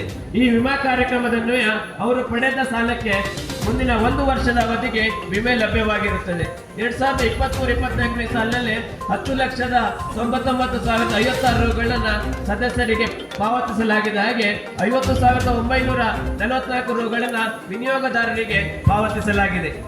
ಸುಧಾನಿಧಿ ಶಿಷ್ಯ ವೇತನ ಗ್ರಾಮಾಭಿವೃದ್ಧಿ ಯೋಜನೆಯ ಬೆಳ್ಳಿ ಹಬ್ಬದ ಆಚರಣೆಯ ಸವಿನೆನಪಿಗಾಗಿ ಯೋಜನೆಯ ಪಾಲುದಾರ ಕುಟುಂಬದ ಸದಸ್ಯರಿಗೆ ಮಕ್ಕಳಿಗೆ ತಾಂತ್ರಿಕ ಮತ್ತು ವೃತ್ತಿಪರ ಶಿಕ್ಷಣಕ್ಕೆ ನೆರವಾಗುವ ಉದ್ದೇಶದಿಂದ 2007ರಲ್ಲಿ ಸುಧಾನಿಧಿ ಶಿಷ್ಯ ವೇತನ ಕಾರ್ಯಕ್ರಮವನ್ನು ಪೂಜ್ಯರು ಆರಂಭಿಸಿದರು. ಗೋಣಿಬೀಡು ವಲಯದಲ್ಲಿ ಒಟ್ಟು ಪ್ರಸ್ತುತ 18 ವಿದ್ಯಾರ್ಥಿಗಳಿಗೆ ಸುಧಾನಿಧಿ ಶಿಷ್ಯ ವೇತನ ನೀಡುತ್ತಿದ್ದು, ಇದೀಗ 2024-25ನೇ ಸಾಲಿನಲ್ಲಿ ಶಿಷ್ಯ ವೇತನಕ್ಕೆ ಅರ್ಜಿಯನ್ನು ಆಹ್ವಾನಿಸಲಾಗಿದೆ. ಮಾಶಾಸನ ಮಾತೃಶ್ರೀ ಹೇಮಾವತಿ ಅಮ್ಮನವರು ಕನಸಿನಂತೆ ನಿರ್ಗತಿಕರನ್ನು ವಿಶೇಷವಾಗಿ ಗುರುತಿಸಿ ಸಹಾಯ ಹಸ್ತವನ್ನು ಮಾಡುವ ಕಾರ್ಯಕ್ರಮವಾಗಿರುತ್ತದೆ. ಪ್ರತಿ ತಿಂಗಳು 1,000ದಂತೆ 12 ಜನರಿಗೆ ತಿಂಗಳಿಗೆ 12,000 ರು ಮಾಶಾಸನ ನೀಡಲಾಗುತ್ತದೆ. ಕ್ರಿಟಿಕಲ್ ಫಂಡ್ ಆಕಸ್ಮಿಕವಾಗಿ ಬಂದೊದಗುವ ಅಪಾಯಗಳಿಗೆ ಹಾನಿಗೀಡಾದವರಿಗೆ ಯೋಜನೆಯಿಂದ ಸಹಾಯ ಹಸ್ತವನ್ನು ನೀಡುತ್ತಿದ್ದು, ಮನೆಯಿಂದ ಹಾನಿಗೊಳಗಾಗಿದ್ದು, ಮರದಿಂದ ಬಿದ್ದು ಅಪಘಾತಕ್ಕೊಳಗಾಗಿದ್ದು, ಕಿಡ್ನಿ ವೈಫಲ್ಯದಿಂದ ಬಳಲುತ್ತಿದ್ದು, ಕ್ಯಾನ್ಸರ್ನಿಂದ ಬಳಲುತ್ತಿದ್ದು, ಪಾರ್ಶ್ವವಾಯು ಪೀಡಿತರಾಗಿದ್ದು, ಹಾಗೆ ಒಟ್ಟು ಇದರಲ್ಲಿ ನೊಂದವರಿಗೆ ಒಟ್ಟು 5 ಜನ ಫಲಾನುಭವಿಗಳಿಗೆ ಈ ವರ್ಷದಲ್ಲಿ 1 ಲಕ್ಷ ಮೊತ್ತವನ್ನು ಕ್ರಿಟಿಕಲ್ ಫಂಡ್ನಿಂದ ನೀಡಲಾಗಿರುತ್ತದೆ. ಜನಮಂಗಲ ಕಾರ್ಯಕ್ರಮ ಈ ಕಾರ್ಯಕ್ರಮದಲ್ಲಿ ಅನಾರೋಗ್ಯದಿಂದ ಬಳಲುತ್ತಿದ್ದವರಿಗೆ ಅಶಕ್ತರಿಗೆ ಅನುಕೂಲವಾಗುವಂತೆ ವಾಟರ್ ಬೆಡ್, ವೀಲ್ ಚೇರ್ಗಳನ್ನು ವಿತರಿಸಲಾಗುತ್ತಿದೆ. ನಮ್ಮೂರು ನಮ್ಮ ಕೆರೆ ಕೆರೆಗಳ ಪುನಶ್ಚೇತನ ಕಾರ್ಯಕ್ರಮ ಶ್ರೀ ಕ್ಷೇತ್ರ ಧರ್ಮಸ್ಥಳ ಗ್ರಾಮಾಭಿವೃದ್ಧಿ ಯೋಜನೆಯು ಮಾತೃಶ್ರೀ ಹೇಮಾವತಿ ಅಮ್ಮನವರ ನೇತೃತ್ವದಲ್ಲಿ ನಮ್ಮೂರು ನಮ್ಮ ಕೆರೆಯನ್ನ ಆರಂಭಿಸಿದೆ. ಯೋಜನೆಯು ಆರ್ಥಿಕ ಸಹಕಾರದೊಂದಿಗೆ ಸ್ಥಳೀಯ ಸಹಭಾಗಿತ್ವದಲ್ಲಿ ಕೆರೆಗಳನ್ನು ಪುನಶ್ಚೇತನಗೊಳಿಸುತ್ತಿದ್ದು, ಗೋಣಿಬೀಡು ವಲಯದ ಹೊಸಹಳ್ಳಿ ಕಾರ್ಯಕ್ಷೇತ್ರದಲ್ಲಿ 666ನೇ ನಮ್ಮೂರು ನಮ್ಮ ಕೆರೆಯನ್ನ ಸ್ವಚ್ಛಗೊಳಿಸಿ ಗ್ರಾಮ ಪಂಚಾಯಿತಿಯವರಿಗೆ ಹಸ್ತಾಂತರಿಸಲಾಗಿತ್ತು.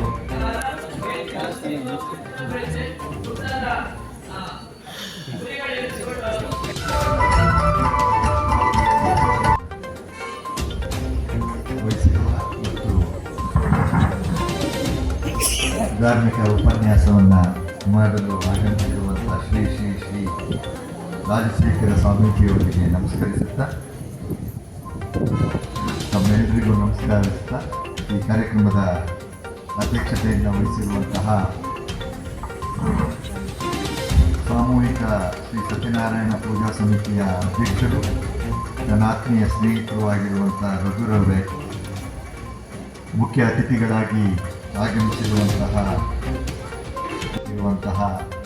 ಪ್ರಶಾಂತರವರೇ, ಇನ್ನೋರ್ವ ಹಿರಿಯರು ಆತ್ಮೀಯರು ಆಗಿರುವಂತಹ ರಾಮಚಂದ್ರೇಗೌಡರೇ, ಸತೀಶ್ರವರೇ, ಲಕ್ಷ್ಮಣನವರೇ, ಗಿರೀಶ್ರವರೇ, ಶಿವಾನಂದರವರೇ, ಆತ್ಮೀಯ ಸ್ನೇಹಿತರಾಗಿರುವಂಥ ಸುನೀಲ್ರವರೇ, ಅವರು ಇರುವಂಥ ವೇದಿಕೆಯೊಳಗೆ ಭಾಷಣ ಮಾಡೋದು ಸ್ವಲ್ಪ ಕಷ್ಟ.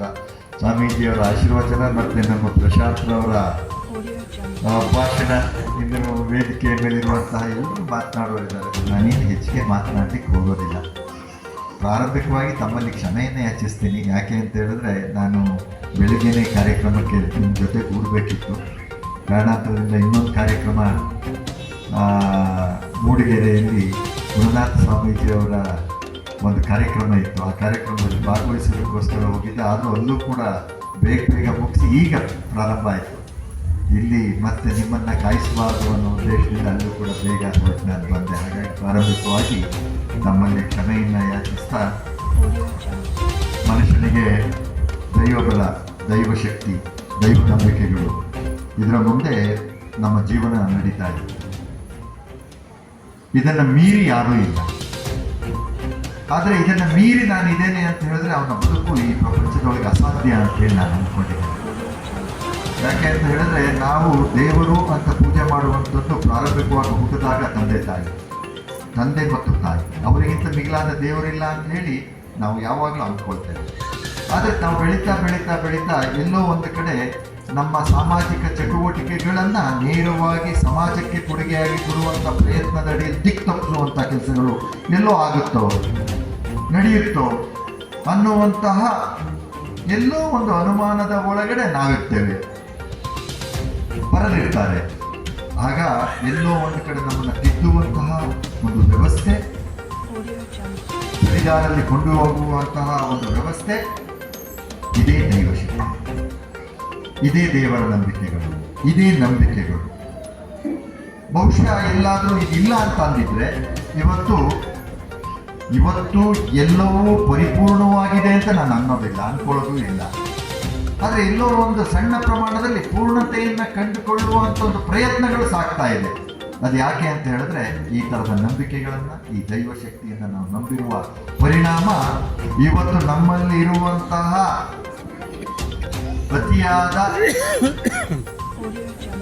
ಈ ಸಮಾಜದ ಒಳಗಡೆ ಕೆಟ್ಟ ವ್ಯಕ್ತಿತ್ವವನ್ನು ತೆಗೆದು ಹೊಸ ಒಳ್ಳೆಯ ವ್ಯಕ್ತಿತ್ವವನ್ನು ರೂಪಿಸಿಕೊಳ್ಳೋದಕ್ಕೆ ಒಂದು ದಾರಿ ಆಗ್ತಾ ಇದೆ ಅನ್ನುವಂಥದ್ದು ನನ್ನ ಅನಿಸಿಕೆ. ಬಹುಶಃ ಪ್ರತಿಯೊಬ್ಬ ಮನುಷ್ಯನಲ್ಲೂ ಸ್ವಾರ್ಥ ಗುಣಗಳು ಇರುತ್ತದೆ. ನಿಸ್ವಾರ್ಥ ಬದುಕನ್ನು ಬದುಕಬೇಕು ಅನ್ನುವಂಥದ್ದು ಒಂದು ಕಡೆಯ ಆತ್ಮದ ಒಳಗಡೆ ಇದ್ದರೆ, ಇನ್ನೊಂದು ಕಡೆಯೊಳಗಡೆ ನಮ್ಮನ್ನು ಸ್ವಾರ್ಥತೆ ಎಳಿತಾ ಇರ್ತದೆ. ಹಾಗಾಗಿ ಈ ಸ್ವಾರ್ಥತೆಯಿಂದ ದೂರ ಇರಬೇಕು, ನಿಸ್ವಾರ್ಥ ಮನೋಭಾವವನ್ನು ನನ್ನಲ್ಲಿ ಜೋಡಿಸ್ಕೊಳ್ಬೇಕು ಅನ್ನುವಂಥದ್ದಿದ್ದರೆ ಈ ಥರದ ಸತ್ಯನಾರಾಯಣ ಪೂಜೆಗಳನ್ನು ಮಾಡುವಂಥದ್ದು, ದೇವಸ್ಥಾನದ ಒಳಗಡೆ ಹವನ ಹೋಮಗಳನ್ನು ಮಾಡುವಂಥದ್ದು, ಮಾಡಿದ ತಪ್ಪುಗಳನ್ನು ತಿದ್ದುಕೊಳ್ಳುವಂತಹ ಒಂದು ವ್ಯವಸ್ಥೆಯನ್ನು ನಿರ್ಮಾಣ ಮಾಡಿಕೊಳ್ಳೋದಕ್ಕೆ ಈ ಮಂದಿರಗಳಲ್ಲಿ, ಮಠಗಳಲ್ಲಿ ನಾವುಗಳು ಹೋಗುವಂಥದ್ದು. ಅಂಥ ಸಂದರ್ಭದಲ್ಲಿ ಸತ್ಯನಾರಾಯಣ ಪೂಜೆಯ ವ್ರತಗಳನ್ನು ಮಾಡುವಂಥದ್ದು ಮೊದಲೇ ಹೇಳ್ತಾರೆ. ಸತ್ಯನಾರಾಯಣ ಪೂಜೆಗೆ ಕರೆದಿದ್ರೂ ಕೂಡ ಹೋಗಬೇಕು. ಸತ್ಯನಾರಾಯಣ ಪೂಜೆ ಕಾರ್ಯಕ್ರಮದಲ್ಲಿ ನಾವು ಭಾಗವಹಿಸಬೇಕು. ನನ್ನಲ್ಲಾಗಿರುವಂಥ ತಪ್ಪುಗಳನ್ನು ತಿದ್ದುಕೊಳ್ಳೋದಕ್ಕೆ ನಾನೇ ಸ್ವಇಚ್ಛೆಯಿಂದ ಹೋಗಿ ಆ ಪೂಜೆಯಲ್ಲಿ ಭಾಗವಹಿಸಬೇಕು ಅಂತ ನಮ್ಮ ಹಿರಿಯರು ಹೇಳ್ತಾ ಇದ್ದಾರೆ. ಬಹುಶಃ ಇದೇ ದೃಷ್ಟಿಯಿಂದ ಹೇಳ್ತಾ ಇದ್ದಾರೆ. ಎಲ್ಲೋ ಒಂದು ಕಡೆ ಒಬ್ಬ ಮನುಷ್ಯನ ಬದುಕಿಗೆ ಹೆದರಿಕೆ ಅನ್ನುವಂಥದ್ದು ಇರಬೇಕು. ಇವತ್ತು ಯಾರಿಗೂ ಹೆದರ್ತಾ ಇಲ್ಲ. ಆದರೆ ಎಲ್ಲೋ ಒಂದು ಕಡೆ ದೇವರಿಗೆ ಹೆದರುವಂಥದ್ದು ಎಲ್ಲೋ ನಾನು ಬೇಡ, ಬಲಾತ್ಕಾರದಲ್ಲಿ ಬೇಡ ಅಂದರೂ ನಿಮ್ಮ ಆತ್ಮದ ಒಳಗಡೆ ಎಲ್ಲೋ ಒಂದು ಚುಚ್ಚುವಿಕೆ ಇರ್ತದೆ. ನಾನೇನಾದರೂ ತಪ್ಪು ಮಾಡಿದ್ರೆ ದೇವ್ರು ನೋಡ್ತಾ ಇರ್ತಾನೆ, ನನಗೇನಾದರೂ ಕಷ್ಟ ಆಗುತ್ತೆ. ಬಹುಶಃ ನೀವು ದಾರಿಯಲ್ಲಿ ಹೋಗಬೇಕಾದ್ರೆ ನೀವೇನಾದರೂ ತಪ್ಪು ಮಾಡಿ ಒಂದು ಕಲ್ಲನ್ನು ಎಡಗಿದ್ರೂ ಕೂಡ ನಿಮಗೆ ಹೇಳ್ತದೆ, ನೀನು ಆ ತಪ್ಪು ಮಾಡ್ದಲ್ಲ, ಅದರ ಪರಿಣಾಮ ನಿನಗೆ ಒಂದು ದೇವರು ಕೊಟ್ಟ ಶಿಕ್ಷೆ ಅನ್ನುವಂಥದ್ದು. ಇಲ್ಲ ಅಂದರೆ ನನ್ನ ಮನಸ್ಸಿನೊಳಗಡೆ ಅನಿಸೋದಕ್ಕೆ ಪ್ರಾರಂಭ ಆಗುತ್ತೆ. ಈ ನಿಟ್ಟಿನ ಒಳಗಡೆ ನಮ್ಮ ಈ ಮನುಷ್ಯನ ಬದುಕು ನಡೀತಾ ಇದೆ. ಈ ಬದುಕಿಗೆ ಒಂದು ಅರ್ಥಪೂರ್ಣತೆ ಕೊಡಬೇಕು ಅಂತ ಹೇಳಿದ್ರೆ ಈ ಥರದ ಕಾರ್ಯಕ್ರಮಗಳಲ್ಲಿ ಹೆಚ್ಚಿನವಾಗಿ ನಾವು ಭಾಗವಹಿಸಬೇಕು, ನಂಬಿಕೆಗಳನ್ನ ಇಟ್ಕೊಳ್ಬೇಕು. ದೇವ್ರ ಕಲ್ಲು, ದೇವರು ಏನೂ ಮಾಡೋದಿಲ್ಲ, ದೇವರು ಏನು ಮಾಡ್ತಾನೆ ಅನ್ನೋದು ಅಲ್ಲ. ಆದರೆ ಆ ನಂಬಿಕೆಗಳಿದೆಯಲ್ಲ, ಆ ನಂಬಿಕೆಗಳು ನಿಮ್ಮ ಒಳ್ಳೆ ದಾರಿಗೆ ತೆಗೆದುಕೊಂಡು ಹೋಗುವಂಥದ್ದು, ಇಲ್ಲ ಕೆಟ್ಟ ದಾರಿಗೆ ತೆಗೆದುಕೊಂಡು ಹೋಗುವಂಥದ್ದು, ಎರಡೂ ಆ ನಂಬಿಕೆ ಒಳಗಡೆ ಅಡಗಿದೆ. ಅದನ್ನ ಒಂದು ಶಕ್ತಿ ಅಂತ ನಾವು ಕರಿತೇವೆ. ಇವತ್ತು ತಂದೆ ತಾಯಿ ಹುಟ್ಟಿದಾಗ ನಮ್ಮನ್ನು ಎಂತಹ ಕೆಟ್ಟ ತಂದೆ ತಾಯಿಗಳಿದ್ರು ತಾನು ಮಕ್ಕಳನ್ನ ಕೆಟ್ಟದಾಗ ಮಾಡ್ಲಿಕ್ಕೆ ಬಯಸ್ತಾರ? ಇಲ್ಲದಿಲ್ಲ. ಅವನಿಗೆ ಸಮಾಜದಲ್ಲಿ ಒಬ್ಬ ಉತ್ತಮವಾದ ವ್ಯಕ್ತಿಯಾಗಿ ಆಗಬೇಕು, ಅವ್ನು ಒಳ್ಳೆಯವನಾಗಬೇಕು, 4 ಜನಕ್ಕೆ ಸಹಕಾರವನ್ನು ಮಾಡಬೇಕು, ಅವನು ನನ್ನ ಮಗ ಈ ಸಮಾಜದೊಳಗೆ ಒಳ್ಳೆ ಹೆಸರನ್ನ ತಗೊಳ್ಬೇಕು ಅನ್ನುವಂಥ ಭಾವನೆಗಳೇ ತಂದೆ ತಾಯಿಯಲ್ಲಿ ಇರುವಂಥದ್ದು. ಅವ್ರು ಏನೇ ಮಾಡಿದ್ರು, ಅವ್ರು ಕೆಟ್ಟ ಕೆಲಸಗಳನ್ನೇ ಮಾಡಿದ್ರು, ಆದರೆ ನನ್ನ ಮಗನ ಮಗಳಿಂದ ಆ ಕೆಟ್ಟ ಕೆಲಸ ಆಗಬೇಕು ಅಂತ ಯಾರೂ ಕೂಡ ಹಚ್ಕೊಳ್ಳೋದಿಲ್ಲ. ಹಾಗಾಗಿ ಪ್ರತಿಯೊಂದು ದೇವರ ಹತ್ರ ಹೋದಾಗ ನನ್ನ ಮಗನಿಗೆ ಒಳ್ಳೆ ಬುದ್ಧಿ ಕೊಡು, ನನ್ನ ಮಗಳಿಗೆ ಒಳ್ಳೆ ಬುದ್ಧಿ ಕೊಡು, ಅವರನ್ನು ಒಳ್ಳೆ ವಿದ್ಯಾವಂತರನ್ನ ಮಾಡು, ಈ ಸಮಾಜದೊಳಗೆ ಒಳ್ಳೆಯವ್ರನ್ನ ಮಾಡು ಅನ್ನುವಂಥ ಬೇಡಿಕೆಗಳನ್ನೇ ಇಟ್ಟುಕೊಳ್ಳುವಂಥ ಒಂದು ವ್ಯವಸ್ಥೆಗಳು ನಮ್ಮಲ್ಲಿ ಈ ಮನುಷ್ಯ ಜೀವನದ ಒಳಗಡೆ ನಡ್ಕೊಂಡು ಬಂದಿದೆ. ಇವೆಲ್ಲ ನಡ್ಕೊಂಡು ಹೋಗಬೇಕು ಅಂದಾಗ ಈ ಪೂಜೆಗಳು, ಪುರಸ್ಕಾರಗಳು, ನಂಬಿಕೆಗಳು, ದೇವಸ್ಥಾನಗಳನ್ನು ಕಟ್ಟುವಂಥದ್ದು, ದೇವರಲ್ಲಿ ಹರಕೆಯನ್ನು ಹೊರುವಂಥದ್ದು, ಇವೆಲ್ಲವೂ ಅದರ ಒಟ್ಟೊಟ್ಟಿಗೆ ಜೊತೆಗೂಡಿ ಬಂದಿರುವಂಥದ್ದು. ಹಾಗಾಗಿ ಈ ನಂಬಿಕೆಗಳು ನಿರಂತರವಾಗಿರ್ಬೇಕು. ನಮ್ಮ ಬದುಕು ಇನ್ನೆಷ್ಟು ದಿವಸ ಒಬ್ಬ ಮನುಷ್ಯ 100 ವರ್ಷ ಬದುಕು, 100 ವರ್ಷಗಳತ್ತೆ ನಮ್ಮ ಬದುಕು ಅಂತ್ಯ ಆಗಲೇಬೇಕಲ್ಲ. ಆದರೆ ದೇವರಗಳ ಅಂತ್ಯಗಳಾಗುತ್ತಾ? ಆಗೋದಿಲ್ಲ. ಆ ನಂಬಿಕೆಗಳು ನಿರಂತರವಾಗಿ ನಡೀತದೆ.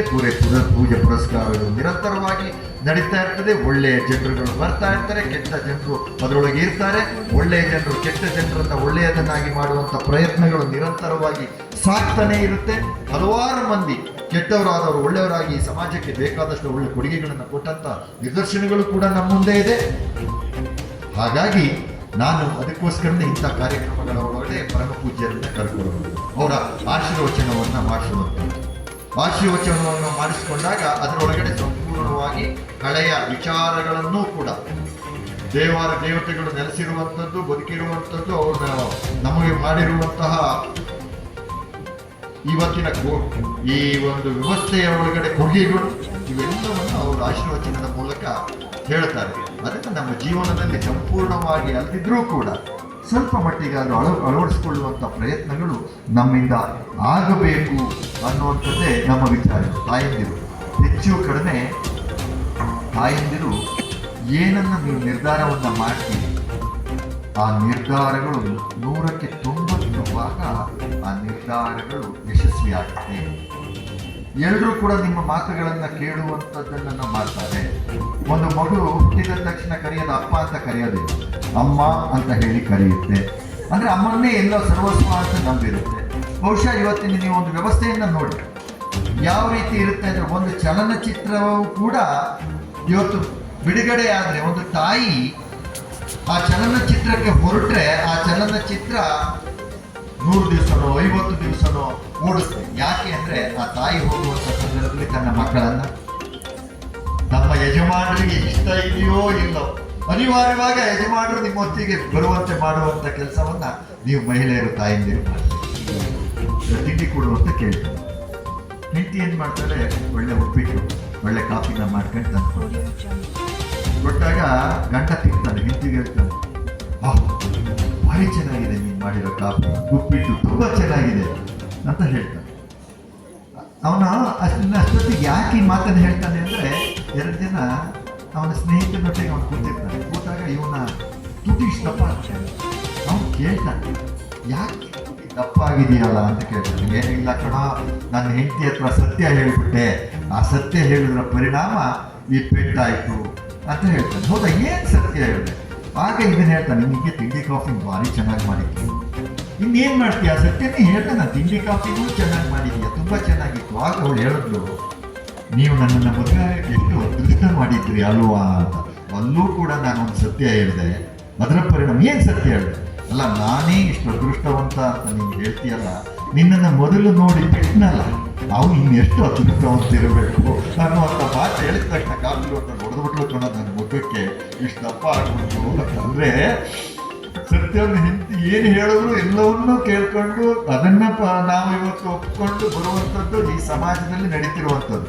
ರಸ್ತೆಯ ಒಳಗಡೆ ನಾವು ಜೋರಿರ್ತೀವಿ, ಮನೆಯ ಒಳಗಡೆ ಸಂಪೂರ್ಣವಾಗಿ ನೀವು ನಮ್ಮನ್ನು ಕಂಟ್ರೋಲ್ ಮಾಡುವಂಥವ್ರು. ಹಾಗಾಗಿ ನೀವು ಇಂತಹ ಕಾರ್ಯಕ್ರಮಗಳಿಗೆ ಅವರನ್ನು ಕಂಟ್ರೋಲ್ ಮಾಡಿ, ಎಲ್ಲರನ್ನೂ ಕರ್ಕೊಂಡು ಬಂದು ದೇವರ ಆಶೀರ್ವಾದ. ಮುಂದಕ್ಕೆ ನಮ್ಮೆಲ್ಲರ ಬಹು ನಿರೀಕ್ಷೆಯಲ್ಲಿ ಕಾದು ಕುಳಿತಿರುವಂತಹ ಸಭಿಕರು ಇಂದಿನ ಕಾರ್ಯಕ್ರಮದ ದಿವ್ಯ ಸಾನ್ನಿಧ್ಯವನ್ನು ವಹಿಸಿ ಮಾವಿರಾಸೀದ್ಯತಯೇಷ ಲೋಕಃ ಜಯತ್ಯುಕ್ಷೇಣ ಸುಖಾತ್ಮಬಿಂಬಃ ಸ್ವೈಶ್ವರ್ಯಕಾಂತಿ ಪ್ರತತ ಸದೋದಿತ ಸ್ವಭಕ್ತ ಸಂತಾಪ ದುರಿಷ್ಟ ಹಂತ ರಾಮಾವತಾರೋ ಹರಿರೀಶ ಚಂದ್ರಮಾಃ. ಯತ್ರ ಯತ್ರ ರಘುನಾಥ ಕೀರ್ತನಂ ತತ್ರ ತತ್ರ ಕೃತಮಸ್ತಕಾಂಜಲಿಂ ಬಾಷ್ಪವಾರಿ ಪರಿಪೂರ್ಣಲೋಚನಂ ಮಾರುತಿಂ ನಮತ ರಾಕ್ಷಸಾಂತಕಂ ಅನವದ್ಯಾತ್ಮ ಚಾರಿತ್ರ್ಯಂ ವಾದಿಖದ್ಯೋತ ಭಾಸ್ಕರಂ ವಿದ್ಯಾಮಾನ್ಯ ಗುರುಂ ವಂದೇ ವಿದ್ಯಾ ವಿದ್ಯೋತ ಭಾಸ್ಕರಂ. ಜೈ ಶ್ರೀರಾಮ್, ಜೈ ಶ್ರೀರಾಮ್, ಜೈ ಶ್ರೀರಾಮ್. ಹರಿಗುರುಭ್ಯೋ ನಮಃ. ಮಾತೆಯಂದಿರು ಹೆಚ್ಚು ಸಂಖ್ಯೆಯಲ್ಲಿದ್ದೀರಿ ಅಂತಂದರೆ ಗ್ರಾಮಾಭಿವೃದ್ಧಿ ಯೋಜನೆ ಬಲಿಷ್ಠ ಇದೆ ಅಂತ ಅರ್ಥ. ಯಾಕೆ ಅಂತಂದರೆ ನೀವೆಲ್ಲ ಮನೆ ನಡೆಸುವವರು. ಮನೆ ಹೇಗೆ ನಡೆಸಬೇಕು ಅನ್ನೋದು ಮಾತಿಗೆ ಮಾತ್ರ ಗೊತ್ತಿರ್ತದೆ ವಿನಃ ಪುರುಷನಿಗೆ ಗೊತ್ತಿರೋದಿಲ್ಲ. ಹಾಗೆ ಅಂತ ಹೇಳಿ ಪುರುಷ ಅದನ್ನು ನಡೆಸಿಕೊಳ್ಳಿಕ್ಕೆ ಅನುಕೂಲ ಮಾಡಿಕೊಡ್ತಾನೆ ಅನ್ನೋದು ನಮ್ಮಲ್ಲಿರುವಂತಹ ವಿಷಯ. ಹೀಗಿರುವಂತಹ ಸನ್ನಿವೇಶದಲ್ಲಿ ಧರ್ಮಸ್ಥಳ ಗ್ರಾಮಾಭಿವೃದ್ಧಿ ಯೋಜನೆ ಇಡೀ ಸಮಾಜವನ್ನು ಒಟ್ಟು ಮಾಡಿಕೊಂಡು ನೀವು ಪರಾವಲಂಬಿಗಳಾಗಿರಬೇಡಿ ಅಂತ ಹೇಳಿನೇ ನಿಮ್ಮನ್ನು ಸ್ವಾವಲಂಬಿಗಳಾಗಿ ಅನ್ನುವ ವ್ಯವಸ್ಥೆಗೋಸ್ಕರ ನಿಮ್ಮನ್ನು ಈ ವ್ಯವಸ್ಥೆಯಲ್ಲಿ ಒಳಗತಂದಿದ್ದಾರೆ. ಹಿಂದೆ ಎಲ್ಲ ಮನೆ ನಡೆಸುವುದು ಕೂಡ ಕಷ್ಟ ಇತ್ತು. ಅಂತಹ ಒಂದು ಕಾಲಘಟ್ಟ. ಆ ಕಾಲಘಟ್ಟದಲ್ಲಿ ಮನೆಯನ್ನು ನಡೆಸಬೇಕಾದರೆ ಹಲವು ವ್ಯವಸ್ಥೆಗಳು ನಮ್ಮನ್ನು ಹೊಂದಿಕೊಂಡು ಹೋಗಬೇಕಾದಂಥ ಒಂದು ಅನಿವಾರ್ಯತೆ ಇತ್ತು. ಆದರೆ ಆವಾಗ ವ್ಯವಸ್ಥೆಗಳು ನಮಗೆ ಪೂರಕವಾಗಿರಲಿಲ್ಲ, ಕಷ್ಟದ ಕಾಲ ಇತ್ತು. ಈ ಧರ್ಮಸ್ಥಳ ಗ್ರಾಮಾಭಿವೃದ್ಧಿ ಯೋಜನೆ ಆ ಕಷ್ಟವನ್ನು ಗಮನಕ್ಕೆ ತಗೊಂಡು ಬಂತು. ಮನೆಯನ್ನೇ ಒಂದು ಒಳ್ಳೆಯ ವ್ಯವಸ್ಥೆಯನ್ನಾಗಿಸಬೇಕನ್ನುವ ದೃಷ್ಟಿಯನ್ನಿಟ್ಟುಕೊಂಡು ಕೇವಲ ಗ್ರಾಮಾಭಿವೃದ್ಧಿ ಯೋಜನೆಯಲ್ಲಿ ನೀವು ಸ್ವಾವಲಂಬಿಗಳಾಗಬೇಕು ಅನ್ನುವ ವಿಷಯ ಮಾತ್ರವಿಲ್ಲ, ಅದರ ಜೊತೆಗೆ ನೀವು ಸಂಸ್ಕಾರವಂತರೂ ಆಗಬೇಕು ಮತ್ತು ನಿಮ್ಮ ವ್ಯವಸ್ಥೆಯನ್ನು ನೀವು ನಡೆಸ್ಕೊಂಡು ಹೋಗಬೇಕು ಅನ್ನುವಂಥ ವಿಷಯವನ್ನು ಕೂಡ ಧರ್ಮಸ್ಥಳ ಗ್ರಾಮಾಭಿವೃದ್ಧಿ ಯೋಜನೆ ಅದನ್ನು ಹೇಳ್ತಾ ಬರ್ತದೆ. ಒಂದು ಕಡೆಯಲ್ಲಿ ಅನ್ನ, ಇನ್ನೊಂದು ಕಡೆಯಲ್ಲಿ ದಾಸೋಹ, ಮತ್ತೊಂದು ಕಡೆಯಲ್ಲಿ ಶಿಕ್ಷಣ, ಇನ್ನೊಂದು ಕಡೆಯಲ್ಲಿ ಆರೋಗ್ಯ. ಹೀಗೆ 5 ಮುಖದಲ್ಲಿ ಧರ್ಮಸ್ಥಳ ನಮ್ಮ ಮಧ್ಯದಲ್ಲಿ ಬೆಳೀತಾ ಇದೆ. ಹಾಗಿದ್ರೆ ಯಾರು ಬೆಳೆಸಬೇಕು? ನಾವೇ ಬೆಳೆಸಬೇಕು. ಧರ್ಮಸ್ಥಳವನ್ನು ಯಾರು ಬೆಳೆಸಿದ್ದು? ನಾವೇ ಬೆಳೆಸಿದ್ದು. ಹೆಂಗೆ ಬೆಳೆಸಿದ್ದು? ಅಮ್ಮ ನಮ್ಮನ್ನು ಬೆಳೆಸಿದ್ಲಲ್ಲ, ಅಮ್ಮ ನಮಗೆ ಬೇಕಾದ ಎಲ್ಲವನ್ನ ಕೊಟ್ಲಲ್ಲ, ಸರ್ವಸ್ವವನ್ನ ತ್ಯಾಗ ಮಾಡಿ ನಮ್ಮನ್ನು ಬೆಳೆಸಿದ್ಲಮ್ಮ. ಮತ್ತೆ ನಮ್ಮ ಪ್ರಾಯಾವಸ್ಥೆಯಲ್ಲಿ ನಾವು ITBT ಕಲ್ತೀವಿ, ಅಮೆರಿಕಕ್ಕೆ ಹೋಗ್ಬಿಡ್ತೀವಿ ಅಂತ ಹೇಳಿ ಅವನನ್ನು ವೃದ್ಧಾಶ್ರಮಕ್ಕೆ ಹಾಕಿದರೆ ನಮ್ಮ ಸೊಗಡು ಎಲ್ಲಿ ಉಳಿಯುತ್ತೆ? ಹಾಗಾಗಿ ಆ ಸೊಗಡು ಇರಬಾರದು ಅನ್ನುವ ಕಾರಣಕ್ಕೇನೆ ಧರ್ಮಸ್ಥಳವನ್ನು ನಾವು ಬೆಳೆಸಿದ್ದೀವಿ. ಧರ್ಮಸ್ಥಳ ಈಗ ನಮ್ಮನ್ನೆಲ್ಲ ಬೆಳೆಸ್ತಾ ಇದೆ. ಅದು ಬಹಳ ಮುಖ್ಯ. ಹಾಗಾಗಿ ಜೊತೆಗೆ ನಾವು ಬೆಳೆಯಬೇಕು ಅಂತಂದ್ರೆ ಸಮಾಜ ಸದೃಢ ಆಗಬೇಕು. ಸಮಾಜ ಸದೃಢ ಆಗದಿದ್ದರೆ, ಸಮಾಜ ಸುವ್ಯಕ್ತವಾಗಿಲ್ಲದಿದ್ದರೆ ನಾವೆಷ್ಟು ಬೆಳೆದರೂ ವ್ಯರ್ಥ. ಭಾರತ ಬೆಳೆದದ್ದಾದ್ರೆ ಯಾವ ರೀತಿಯಲ್ಲಿ ಬೆಳೆದಿದೆ? ಭಾರತ ನಾಗಾಲೋಕದಲ್ಲಿ ಬೆಳೆದಿದೆ. ಇವತ್ತು ಬೇರೆ ದೇಶಗಳು ಕೂಡ ಭಾರತದ ಕಡೆಗೆ ಯಾಕೆ ನೋಡುತ್ತೆ ಗೊತ್ತಾ? ಭಾರತ ಜ್ಞಾನ ರಾಷ್ಟ್ರ, ಹಣಕಾಸಿನ ರಾಷ್ಟ್ರ ಅಲ್ಲ ಭಾರತ. ಭಾರತದ ರೂಪಾಯಿ ಯಾಕೆ ಡಾಲರ್ ಮುಂದೆ ಕುಸಿತಾ ಇರ್ತದೆ? ಇವತ್ತಿಗೂ ಅದಕ್ಕೊಂದು ಜಡ್ಮೆಂಟೇ ಸಿಕ್ಕಿಲ್ಲ. ಯಾಕೆ ಅದು ಕುಸಿತಾ ಇದೆ ಅಂದ್ರೆ ನಾವು ಯಾವತ್ತು ಆರ್ಥಿಕವಾಗಿ ಬಲಿಷ್ಠರಲ್ಲ, ನಾವು ಜ್ಞಾನದಿಂದ ಬಲಿಷ್ಠರು. ಹಾಗಾಗಿ ನಮ್ಮ ಜ್ಞಾನಕ್ಕಾಗಿ ಎಲ್ಲ ರಾಷ್ಟ್ರಗಳು ಈ ಕಡೆಗೆ ಬರ್ತಾ ಇದೆ. ಈ ಜ್ಞಾನ ಎಲ್ಲೂ ಸಿಗೋದಿಲ್ಲ. ಇಲ್ಲಿ ಕೌಪಿನ ಹಾಕಿನೂ ಜ್ಞಾನ ಹೇಳ್ತಾನೆ, ದೈಹಿಕವಾಗಿ ಬಟ್ಟೆ ಇಲ್ಲದನ್ನು ಜ್ಞಾನ ಬೋಧಿಸ್ತಾನೆ. ಅಂದ್ರೆ ಆ ವ್ಯವಸ್ಥೆಯ ಜ್ಞಾನ ಇಲ್ಲಿದೆ, ಅದೇ ಬೇರೆ ದೇಶದಲ್ಲಿ ಇಲ್ಲ. ಬೇರೆ ದೇಶ ವಿವೇಕಾನಂದರು ಚಿಕಾಗೋಗೆ ಹೋದ್ರಲ್ಲ, ಅಲ್ಲಿ ಹೋಗ್ಬಿಟ್ಟು ಭಾರತಕ್ಕೆ ಬಂದಾಗ ಭಾರತದಲ್ಲಿ ಹೊರಗೆ ಬಿಟ್ಟರು. ಪತ್ರಕರ್ತ ಕೇಳ್ತಾನೆ, ಯಾಕೆ ಹೊರಗ್ತೀರಿ ಅಂತ, ಹುಚ್ಚೇನಾದ್ರೂ ಹಿಡಿಯುತ್ತಾ? ಆಗ ಅವರು ಹೇಳ್ತಾರೆ, ಅಲ್ಲಿಯ ಹುಚ್ಚನ್ನು ಬಿಟ್ಟುಕೊಳ್ಳಿಕ್ಕೆ ನಾನು ಇಲ್ಲಿ ಹೊರಡ್ತಾ ಇದ್ದೇನೆ ಅಂತ. ಆ ಹುಚ್ಚು ನನಗೆ ಬೇಡ ಅಂದರು ವಿವೇಕಾನಂದರು. ಅಂದ್ರೆ ಈ ಭೂಮಿಗೆ ಮಾತ್ರ ಮಾತೆ ಅನ್ನುವ ಹೆಸರಿರೋದು. ಅದಕ್ಕೆ ತಾಯಂದಿರಿಗೆ ದೇವಿ ಅಂತ ಹೇಳುವ ಉತ್ಪ್ರೇಕ್ಷೆಯ ಮಾತಲ್ಲ, ಅದು ದೇವಿ ಅಂತ ಯಾಕೆ ಹೇಳ್ತಾರೆ? ಅವಳು ಎಲ್ಲವನ್ನೂ ತನ್ನ ಒಡವೆಯಲ್ಲಿ ಇಟ್ಕೊಂಡು ನಡೆಸ್ತಾಳೆ ಅನ್ನುವ ಕಾರಣಕ್ಕೆ. ಸಾಂತ್ವನದ ಮೂರ್ತಿ ಅಂತ ಅಂತಾರಲ್ಲ ಅವಳನ್ನ, ಅದಕ್ಕೆ ಅಮ್ಮ ಅಂತ ಹೆಸರಿಟ್ಟುಕೊಂಡು ಅವಳನ್ನ ಮುನ್ನಡೆಸಿದ್ಲು. ನಾವೆಲ್ಲ ಮುನ್ನಡೆಸಿದ್ವಿ ಅಲ್ಲ, ಆದ್ರೆ ನಮ್ಮ ಶಿಕ್ಷಣ ಅವಳನ್ನ ಸಣ್ಣದು ಮಾಡಿಬಿಡ್ತು. ಅವಳು ಮಮ್ಮಿ ಆಗಿ ಹೋದ್ಲು. ಮಮ್ಮಿ ಇನ್ನೂ ಸಣ್ಣದಾಗಿ ಮಾಮ್ ಆಗಿ ಹೋದ್ಲು. ಅಮ್ಮ ಹಂಗೆ ಇದ್ದಾಳೆ ನೋಡಿ, ಅಮ್ಮ ಬದಲಾಗ್ಲಿಲ್ಲ, ಅಮ್ಮ ಹಂಗೆ ಇದ್ದಾಳೆ. ನಮ್ಮ ಅಪ್ಪ ಬಹಳ ಗಟ್ಟಿಗನಿದ್ದ, ಬಹಳ ಸದೃಢನಿದ್ದ, ಎಲ್ಲವನ್ನು ನಮ್ಗೆ ಕೊಡ್ತಾ ಇದ್ದ. ಅವನು ಆ ಪ್ರಾಚ್ಯ ಶಿಕ್ಷಣಕ್ಕೆ ಹೋಗಿ ಡ್ಯಾಡ್ ಆಗಿಬಿಟ್ಟ. ಡ್ಯಾಡಿ ಇದ್ದ, ಮತ್ತೆ ಸಣ್ಣದಾಗಿ ಡ್ಯಾಡ್ ಆಗಿಬಿಟ್ಟ. ಈ ಡ್ಯಾಡ್ ಆಗೋದ್ರಿಂದ ಈ ಮಕ್ಕಳಿಗೆ ಏನಾಯ್ತು, ಅಲ್ಲಿ ಇಲ್ಲಿಗೆ ಆಗೈತೆ. ಈಗೆಲ್ಲ ಮನೆಯ ಆಹಾರ ಮಕ್ಕಳಿಗೆ ಬೇಡ ನೋಡಿ. ಈಗ ಎಲ್ಲ ಏನು ಬೇಕು, ಒಂದು ಮೊಬೈಲ್ ಕೊಟ್ಟುಬಿಡಿ, ಅದರಲ್ಲಿ ಫೈರ್ ಅಂತ ಒಂದು ಗೇಮ್ ಇದೆಯಲ್ಲ, ಪಬ್ಜಿ ಅಂತ ಇನ್ನೊಂದು ಗೇಮ್ ಇದೆಯಲ್ಲ, ಇದನ್ನು ಎರಡನ್ನು ಕೊಟ್ಟುಬಿಡಿ ಮಕ್ಕಳಿಗೆ. ಏನು ಬೇಡ, ನೀವು ಊಟನ ಕೇಳಬೇಡಿ, ಊಟ ಮಾಡಿದೆಯೇನೋ ಅವ್ನು ಕೇಳಲ್ಲ, ಊಟನೇ ಕೇಳಲ್ಲ. 10 ದಿನ ಬಿಡಿ ನೀವು, ಆ ಉಪವಾಸದಲ್ಲಿ ಇರ್ಲಿಕ್ಕೂ ತಯಾರಿದ್ದಾನೆ. ಅಂದರೆ ಈ ಫೈರ್ ಆ ಥರ ಮಾಡ್ತದೆ. ಈ ಪಬ್ಜಿ ಗೇಮ್ ಇದೆಯಲ್ಲ, ಮಕ್ಕಳನ್ನು ಮಾನಸಿಕರನ್ನಾಗಿ ಮಾಡಿಬಿಡ್ತದೆ. ಆ ರೀತಿಯ ಒಂದು ಸ್ಥಿತಿಗೆ ನಾವು ತಗಲಾಕೊಂಡಿದ್ದೇವೆ. ಹೇಳ್ತೇವೆ ಐಟಿ ಕಲಿತಾ ನನ್ನ ಮಗ ಅಂತ, ಅವ ಇರೋದು ಪಬ್ಜಿಯಲ್ಲಿ. ಯಾವಾಗ ನೋಡಿದ್ರು ಎಷ್ಟು ಇವ ಮಾರ್ಕ್ ತೆಗೆದಿದ್ದಾನೆ. ಹಿಂದೆ ಎಲ್ಲ ನೋಡಿ ನಮ್ಮ ಹಿರಿಯವರು ಜ್ಞಾನ ಪಿಪಾಸಗಳಾಗಿರ್ತಿದ್ರು ವಿನಃ ಅವರು ವಿದ್ಯೆಯನ್ನು ಕಲಿಯಲಿಲ್ಲ. ವಿದ್ಯೆ 5, 10ನೇ ಕ್ಲಾಸ್ ಅಂದರೆ ಬಹಳ ದೊಡ್ಡ ವಿದ್ಯೆ ಅಲ್ಲ ಅವಾಗ. ಅದು ಇಂಜಿನಿಯರ್ಗಿಂತಲೂ ಮೇಲೆ.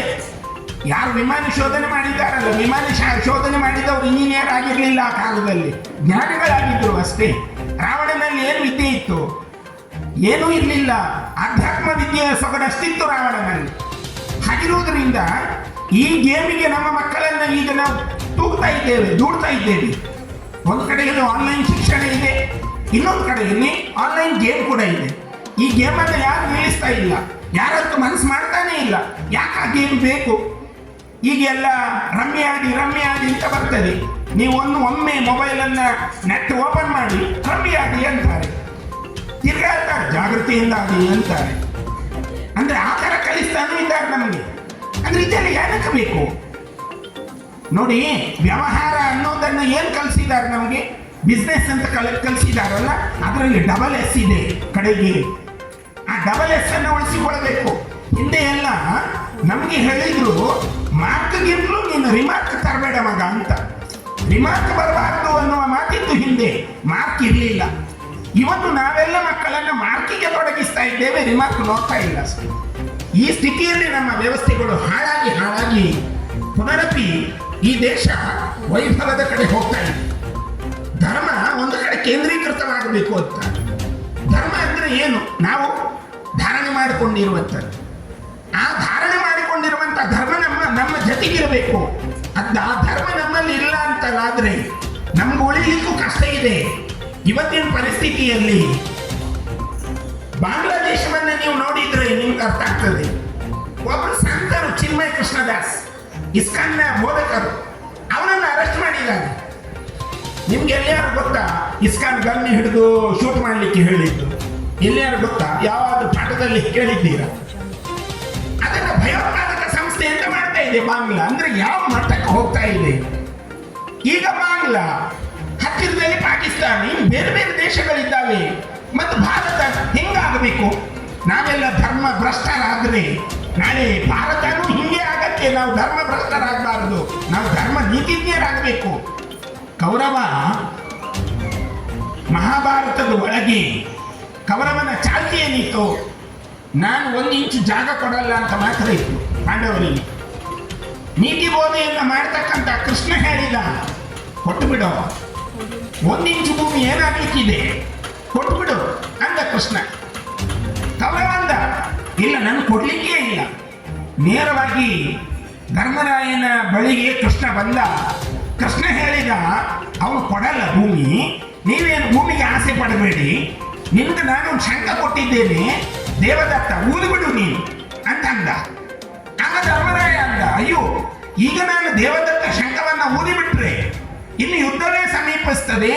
ಯುದ್ಧ ಆದರೆ ಕೃಷ್ಣ ತುಂಬಾ ಕೋಲಾಹಲ ಉದ್ಭವಿಸ್ತದೆ, ಏನ್ ಮಾಡೋದು ಅಂದ. ಏನ್ ಮಾಡಬೇಡ, ನಾನಿದ್ದೇನಲ್ಲ ಅಂದ. ಕೃಷ್ಣನ ಭಕ್ತಿಯನ್ನ, ರಾಮನ ಭಕ್ತಿಯನ್ನ ನಾವು ನಮ್ಮ ಒಡಲಲ್ಲಿ ಇಟ್ಟುಕೊಂಡು ಸಮಾಜವನ್ನ ನಾವು ನಮ್ಮ ಕಡೆಗೆ ಪೂರಕವಾಗಿ ನಡೆಸಿಕೊಂಡ್ರೆ ಯಾವುದು ಕೂಡ ಬಲಿಷ್ಠ ಆಗತ್ತೆ. ಭಾರತದಲ್ಲಿ ಹೇಳಿದಂತಹ ಜ್ಞಾನ ಮತ್ತೆ ಧ್ಯಾನ ಅದಿದೆ. ಈಗ ಪ್ರಶಾಂತ್ರವರು ಹೇಳಿದ್ರಲ್ಲ, ತುಂಬಾ ನಾಲೆಡ್ಜ್ಗಳನ್ನು ನಿಮ್ಗೆ ಕೊಟ್ರಲ್ಲ, ಅದು ನಮ್ಮ ದೇಶಕ್ಕೆ ಹೊರಗಿದ್ದಲ್ಲ, ಅದು ಇಲ್ಲಿದ್ದೆ. ನಮ್ಮ ಹಿಂದಿನ ಕಾಗುಡಿತಾ ಇತ್ತಲ್ಲ, ಹಿಂದೆ ಎಲ್ಲ ಹೇಳ್ತಾ ಇದ್ರು ಕಾಗುಣಿತ, ಅಕ್ಷರ ಜ್ಞಾನದಲ್ಲಿ ಬಂದದ್ದೇ ಕಾಗುಣಿತ. ಆ ಕಾಗುಣಿತ ಇದ್ದದ್ದನ್ನೇ ಪ್ರಶಾಂತ್ ಜಿ ಹೇಳಿದ್ದು ನಿಮ್ಗೆ. ಕಾಗುಣಿತನೇ ಮೂಲ. ಅದು ಬಿಟ್ರೆ ಅಮ್ಮ ಅದೆಲ್ಲ ಅಕ್ಷರ ಮತ್ತೆ ಬಂದಿದ್ದು. ಅಕ್ಷರಗಳನ್ನು ಮತ್ತೆ ಜೋಡಣೆ ಮಾಡಿದ್ರು. ನಮ್ಗೆ ಆ ಈ ಅಂತ ಸ್ವರಾಕ್ಷರ, ಕಾಕ ಗಾಗ ವ್ಯಂಜನ ಅಕ್ಷರಗಳೆಲ್ಲ ಇತ್ತಲ್ಲ, ಆ ಅಕ್ಷರಗಳಲ್ಲಿ ನೀವು ತಗೊಳ್ಳಿ.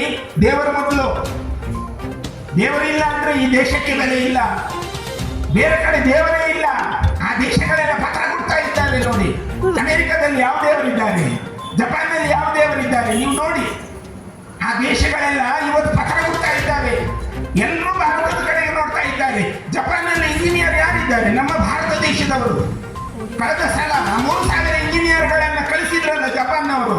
ಆಗಲೇ ಗೊತ್ತಾಗಿರ್ಬೇಕು ನಮ್ಮ ದೇಶದವರು ಜಪಾನ್ನಲ್ಲಿರೋರು. ಹಾಗಿರುವುದರಿಂದ ದೇವರು ಎನ್ನುವ ಒಂದು ಆಟಮ್ ಏನಿದೆ, ಸೂಕ್ಷ್ಮ ಜ್ಞಾನ ಏನಿದೆ, ಅದು ನಮ್ಗಿರಬೇಕು ಅಂತ ಹೇಳಿದ್ರು. ದೇವರನ್ನ ನಮ್ಮ ಜೊತೆ ಕಟ್ಟಿ ಹಾಕಿದ್ರು ಅಕ್ಷರದಲ್ಲಿ. ಆಮೇಲೆ ಬಂದದ್ದು ದೇಶ. ದೇವರು ಅನ್ನುವಂಥ ಒಂದು ಸೊತ್ತು ಇರಬೇಕಾದ್ರೆ ಅದಕ್ಕೊಂದು ಜಾಗ ಬೇಕು. ಇಲ್ಲಿಗ ನಮ್ಮ ಹಿರಿಯವರು ಗಣಪತಿಗೆ ಜಾಗ ಕೊಟ್ಟಿದ್ದಾರೆ. ಯಾಕೆ ಕೊಟ್ಟಿದ್ದಾರೆ? ಗಣಪತಿಯನ್ನು ಇಲ್ಲಿ ಯಾಕೆ ಪ್ರತಿಷ್ಠೆ ಮಾಡಿದ್ರು? ಒಂದು ದೇವಾಲಯವನ್ನು ಯಾಕೆ ನಿರ್ಮಾಣ ಮಾಡಿದ್ರು? ಅದನ್ನೇ ಪ್ರಶಾಂತರು ಸ್ವಲ್ಪ ಬಿಚ್ಚಿ ಹೇಳಿದರು. ಪ್ರತಿದಿನ ಬನ್ನಿ ದೇವರ ಬಳಿಗೆ. ನಿಮ್ಮಲ್ಲಿರುವಂತಹ ಒಂದೊಂದು ಕೆಟ್ಟತನಗಳನ್ನ ಪ್ರತಿದಿನ ಬಿಡ್ಲಿಕ್ಕೆ ಪ್ರಯತ್ನ ಮಾಡಿ. ಆಗುದಿಲ್ಲ. ಯಾಕೆ? ನಾವು ದಾಸರಾಗಿ ಬಿಡ್ತಾ ಇದ್ದೀವಿ. ಆ ದಾಸರಾಗಿ ಬಿಡ್ತಾ ಇದ್ದೀವಿ. ಆ ಕಾರಣದಿಂದ ನಮ್ಗೆ ಅದನ್ನು ಬಿಡ್ಲಿಕ್ಕೆ ಆಗಲ್ಲ. ಆದ್ರೆ ದೇವರ ನೆಪದಲ್ಲಿ ಬಿಡಿ ಅಂದರು. ಕೆಲವೆಲ್ಲ ಹೇಳಿದ್ರು, ಸತ್ಯ ಸುಳ್ಳು, ಹಿಂಸೆ ಅಹಿಂಸೆ, ಹೀಗೆಲ್ಲ ಬರ್ತದೆ ಅದರಲ್ಲಿ. ಅದರಲ್ಲಿ ಹಿಂಸೆ ಯಾವುದು ಅಹಿಂಸೆ ಯಾವುದು ಎನ್ನುವುದು ನಮ್ಮ ಜ್ಞಾನಕ್ಕೆ ಬರಬೇಕು ಅಂತ ಹೇಳಿದರು. ಆದ್ರೆ ಇವತ್ತು ಎಲ್ಲ ಕಡೆ ಅಹಿಂಸೆ ತಾಂಡವಾಗ್ತಾ ಇದೆ. ಹಿಂಸೆ ತಾಂಡವಾಗ್ತಾ ಇದೆ, ಹಿಂಸೆ ತಾಂಡವಾಗ್ತಾ ಇಲ್ಲ. ಅಹಿಂಸೆ ತನ್ನಷ್ಟಕ್ಕಿದೆ. ಅಹಿಂಸೆ ಎಲ್ಲೂ ತಾನು ಮುಂದೆ ಅಂತ ತೋರಿಸೋದಿಲ್ಲ ನೋಡಿ. ಸುಳ್ಳು ನೆಗಾಳತೆಗೆ ಬರ್ತದೆ. ಎಲ್ಲದರಲ್ಲೂ ಸುಳ್ಳು ಈಜಾಡ್ತಾ ಇರ್ತದೆ. ಸತ್ಯ ತಾನು ತೋರಿಸಿಕೊಡಲ್ಲ. ಸತ್ಯ ಮೌನವಾಗಿರುತ್ತೆ. ಒಂದ್ ದಿವಸ ಗೊತ್ತಾದ ಕೂಡಲೇ ಸುಳ್ಳಿಗೆ ಜಾಗ ಇರೋದಿಲ್ಲ ಅಷ್ಟೇ. ಹಿಂಸೆ ಇವತ್ತು ಬೇರೆ ಬೇರೆ ದೇಶಗಳಲ್ಲಿ ತಾಂಡವಾಡ್ತಾ ಇದೆ. ಭಾರತ ದೇಶದಲ್ಲಿ ಅಹಿಂಸೆ ಇದೆ. ಈ ಅಹಿಂಸೆ ಒಂದು ದಿವಸ ಆ ದೇಶಕ್ಕೆ ಹೋಗಿದ್ರೆ ಹಿಂಸೆ ತನ್ನಿಂದ ತಾನಾಗಿಯೇ ಹೋಗ್ತದೆ. ಅದಕ್ಕೋಸ್ಕರ ನೋಡಿ, ಇಸ್ರೇಲ್ ಕದನಕ್ಕೆ ವಿರಾಮ ಘೋಷಿಸಿತು. ಯಾಕೆ ಘೋಷಿಸಿತು ಇಸ್ರೇಲ್? ಅಂದ್ರೆ ಭಾರತದ ಕಡೆಗೆ ನೋಡ್ತಾ ಇದೆ ಇಸ್ರೇಲ್. ಇರಾನ್ನ ಕಡೆ ನೋಡ್ತಾ ಇಲ್ಲ. ಇರಾಕ್ನ ಕಡೆಗೆ ಇಸ್ರೇಲ್ ನೋಡ್ತಾ ಇಲ್ಲ. ನೋಡ್ತಾ ಇರೋದು ಭಾರತದ ಕಡೆಗೆ. ಅಂದ್ರೆ ಭಾರತದ ಸಂಪತ್ತು ಅಂತದ್ದು. ಇವತ್ತು ಗ್ರಾಮಾಭಿವೃದ್ಧಿ ಯೋಜನೆ ನಮಗೆ ಕಲಿಸಿತಲ್ಲ, 1 ರೂಪಾಯಿಯನ್ನು ಒಟ್ಟಿಗೆ ಸೇರಿಸಿ ವಾರದಲ್ಲಿ ಬಡ್ಡಿ ಕಟ್ಟಿ ಅಂತ. ಅಸಲಿನ ಒಟ್ಟಿಗೆ ಕಟ್ಟಿ ಅಂದ್ರಲ್ಲ. ಕೆಲವರಿಗೆ ಇದು ಕಷ್ಟ ಆಗಿಬಿಡ್ತು. ಏನ್ ಇದು ಡಂಗುರು ಹೊಡ್ಕೊಂಡು ಬಂದ್ರು, ಕಟ್ಟಬೇಡಿ ಕಟ್ಟಬೇಡಿ ಕಟ್ಟಬೇಡಿ. ಯಾಕೆ ಅದನ್ನು ಹೇಳಬೇಕು? ಮೊದಲು ಡಂಗುರು ಹೊಡ್ಕೊಂಡು ಬಂದವರಿಗೆ ನೀವು ಕೇಳಬೇಕಿತ್ತು, ನೀವೇನ್ ಮಾಡ್ತಾ ಇದ್ದೀರಿ ಅಂತ. ನೀವೆಲ್ಲಿಂದ ತಗೊಂಡಿತ್ತು ಈ ಡಂಗುರ? ಎಲ್ಲಿಂದ ತಗೊಂಡಿದ್ದು ನೀವು? ನಿಮಗೆ ಡಂಗುರ ಯಾಕೆ ಕೊಟ್ಟಿದ್ದು ಅಂತ ಮೊದಲು ಕೇಳ್ಕೋಬೇಕಿತ್ತು. ನಾವು ಕೇಳೋದಿಲ್ಲ. ನಾವು ಪ್ರಶ್ನೆ ಮಾಡೋದನ್ನ ಬಿಟ್ಟುಬಿಟ್ಟಿದ್ದೀವಿ. ಮನೆಗೆ ಮಗು ಬರುತ್ತಲ್ಲ, ಕೈಕಾಲು ತೊಳೆದು ಊಟ ಮಾಡು ಅಂತ ಹೇಳೋದನ್ನೇ ಮರೆತು ಬಿಟ್ಟಿದ್ದೀವಿ. ಅಲ್ಲಿಂದ ಬರುವಾಗಲೇ ಕೇಳೋದು, ಇವತ್ತ ಟೀಚರ್ ಏನ್ ಪಾಠ ಮಾಡಿದ್ದು, ಏನ್ ಟೀಚರ್ ಕೊಟ್ರು, ಮನೆ ಕೆಲಸ ಏನ್ ಕೊಟ್ರು, ಇದನ್ನೇ ಕೇಳೋದು.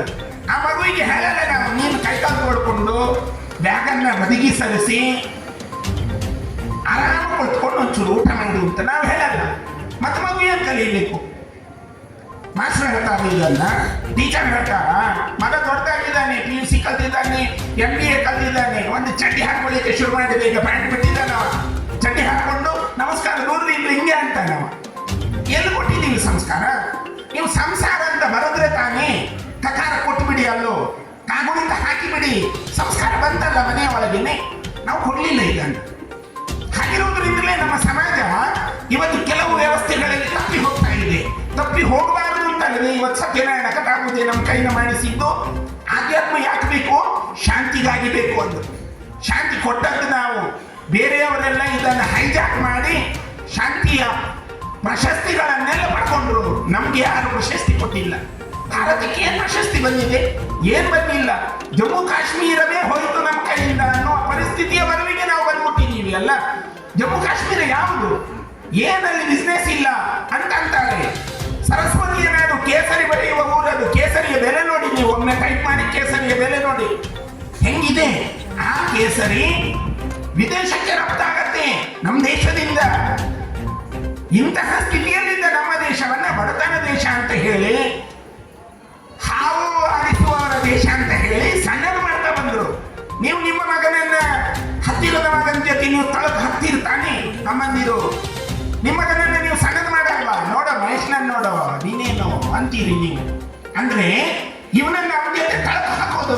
ನೋಡೋ 80 ತೆಗೆದಿದ್ದಾನೆ, ನೀನೇನು 60, ಏನ್ ದೊಡ್ಡದು ಅಂತೀರಿ ನೀವು. ಯಾಕೆ ನಿಮ್ಮ ಮಗನನ್ನ ಹತ್ತಿರದ ಮಗನ ಜೊತೆ ತಳಕು ಹಾಕೊಂಡು ಇವನನ್ನು ಸಣ್ಣದು ಮಾಡ್ತೀರಿ? ಅವನನ್ನು ಬೆಳೆಸಿ, ಪ್ರೋತ್ಸಾಹ ಕೊಡಿ, ಹಿಗ್ಗಿಸಿ ಅವನನ್ನ. ನೀನೇ ದೊಡ್ಡವ, ನೀನೇ ಒಳ್ಳೆಯವ, ನಿನಗಿಂತ ಒಳ್ಳೆಯವರು ಬೇರೆ ಇಲ್ಲ ಅಂತ 10 ಸಲ ಹೇಳಿ ಹೆಂಗ್ ಬೆಳೀತಾ ನೋಡಿ ಅವ. ಇದು ನಮ್ಗೆ ಅಭ್ಯಾಸ ಆಗಿಬಿಟ್ಟಿದೆ. ನಮ್ಮ ಮನೆಯನ್ನ ನಾವು ದೂರೋದು, ಹತ್ತಿರದ ಮನೆಯ ಭಾಗೀರಥಿ ಅಕ್ಕನ ಮನೆಯನ್ನು ಹೋಗೋದು. ಈ ಮನೆಯಲ್ಲಿ ಸಂಸಾರ ಚೆನ್ನಾಗಿದೆ, ಏನ್ ತೊಂದರೆ ಇಲ್ಲ. ಆದ್ರೆ ಆ ಸಂಸಾರವನ್ನು ನೋಡೋದು, ನೋಡ್ರಿ ಟಿವಿ ಬಂತು ಆ ಮನೆಗೆ, ನೋಡ್ರಿ ಫ್ರಿಡ್ಜ್ ಬಂತು, ಇಲ್ಲಿ ಏನೂ ಇಲ್ಲ ಅಂತ ಕಳಕ ಹಾಕೋದು. ಈ ಸ್ಥಿತಿಯಲ್ಲಿ ನಾವು ನಮ್ಮ ಅಂತಸ್ತತ್ವವನ್ನು ಕಳ್ಕೊತಾ ಹೋಗೋದು. ಇದನ್ನು ಬಿಟ್ಟು ಬಿಡಬೇಕು. ಮೊದಲು ನಾವು ನಮ್ಮ ಕಾಲಲ್ಲಿ ನಿಲ್ಲಬೇಕು ಅಂತ ಕಲಿಸಿದ್ದು ಈ ದೇಶ, ಭಾರತ ದೇಶ ಕಲಿಸಿದ್ದು. ನೀವು ನಿಮ್ಮ ಕಾಲಲ್ಲಿ ನಿಂತುಕೊಳ್ಳಿ. ಇಲ್ಲಿ ಒಂದು ಧರ್ಮ ಇದೆ, ಇಲ್ಲಿ ಮಣ್ಣಿನಲ್ಲಿ ಒಂದು ಸೊಗಡಿದೆ, ಈ ಮಣ್ಣಿಗೆ ಪೂಜ್ಯ ಭಾವನೆ ಇದೆ. ಯಾರೋ ವಿದೇಶದವರು ಬಂದು ಇಲ್ಲಿ ಬಿಸ್ನೆಸ್ ಮಾಡಿದವರು, ಆ ಬಿಸ್ನೆಸ್ಗೆ ನಾವು ಹಾಕೊಂಡು ನಾವು ಬಿಸ್ನೆಸ್ ಮಾಡಿದ್ದೀವಿ. ಆ ಪರಿಸ್ಥಿತಿಯಿಂದ ನಾವಿವತ್ತು ವಿಂಗಡಣೆ ಆಗ್ತಾ ಇರೋದು. ನಮಗೆ ಜಾತಿ ಇದೆ, ಜಾತಿಯಲ್ಲೆಲ್ಲ ನಾವು ವಿಂಗಡಣೆ ಆಗ್ತೀವಿ. ನಮ್ಗೆ ಸಂಸ್ಕಾರ ಇದೆ ಒಟ್ಟಿಗೆ ಇರಬೇಕು ಅಂತ, ಅಲ್ಲಿ ನಿಲ್ಲಲ್ಲ ನಾವು. ಕೃಷ್ಣ ಹೇಳಿದ 5 ಮಂದಿಗೂ ಒಟ್ಟಿಗೆ ಇರಿ, ಬಿಟ್ಟುಕೊಡ್ಬೇಡಿ, ಪರಸ್ಪರ ಒಬ್ಬರನ್ನ ಬಿಟ್ಟುಕೊಡ್ಬೇಡಿ ನೀವು. ಹಾಗೆಂತ ಹೇಳಿ ಕಾರಣ ಯಾರು? ನಿಮ್ಮವನೇ. ಒಳ ಕೇಳ್ಕೊಳ್ಬೇಡಿ ಅವನನ್ನ. ಯಾಕೆ? ಅವ ಕೌರವನ ಅನ್ನದಲ್ಲಿದ್ದಾನೆ. ಅಕಸ್ಮಾತ್ ಅವನು ಎಲ್ಲಿಯಾದ್ರೂ ಒಳಗೆ ಬಂದ್ರೆ ನಾಳೆ ಅರ್ಜುನನಿಗೂ ಮಂಪರು ಬರುತ್ತೆ ಅಂದ ಕೃಷ್ಣ. ನಾವಿವತ್ತು ಏನ್ ಮಾಡ್ತಾ ಇದ್ದೇವೆ? ನಮ್ಮವರನ್ನೆಲ್ಲ ಬಿಡ್ತಾ ಇದ್ದೇವೆ. ನಮ್ಮವರಂದ್ರೆ ಯಾರು? ಅದನ್ನು ಅವ್ರು ಹೇಳಿದ್ರು. ಯಾವುದು? ಮಡಿ. ಆ ಮಡಿಯ ಬಗ್ಗೆ ಹೇಳಿದ್ರು ಪ್ರಶಾಂತರು. ಮಡಿ ಮನಸ್ಸಿದ್ದದು, ದೇಹದಲ್ಲ. ದೇಹ ಎನ್ನುವುದು ಭಗವಂತ ಕೊಟ್ಟಿದ್ದು. ಅದಕ್ಕೆ ಹೇಳಿದ್ರು ದೇವರ ಮೊದಲು, ದೇಶ 2ನೇದು, ದೇಹ 3ನೇದು. ಯಾರ, ಲಾಭ, ಶಾಸ, ಹಾಡ, ಶಾಜ್ಞ. ಇದನ್ನು ನೋಡಿ, ಅಕ್ಷರಗಳನ್ನು ಗುಣಿಸಿ ನೋಡಿ. ದೇವರ ಮೊದಲು, ದೇಶ ನಂತರ, ಆಮೇಲೆ ಸಿಕ್ಕಿದ್ದು ಈ ದೇಹ. ಈ ದೇಹವನ್ನು ದೇಶಕ್ಕೆ ಹೋಲಿಸಿ ನೀವು. ನಮ್ಮ ದೇಶ ಆ ರೀತಿಯ ಸಂಪನ್ಮೂಲದಲ್ಲಿ ಇದೆ. ಈ ದೇಶಕ್ಕೆ ಕೊರತೆ ಇಲ್ಲ.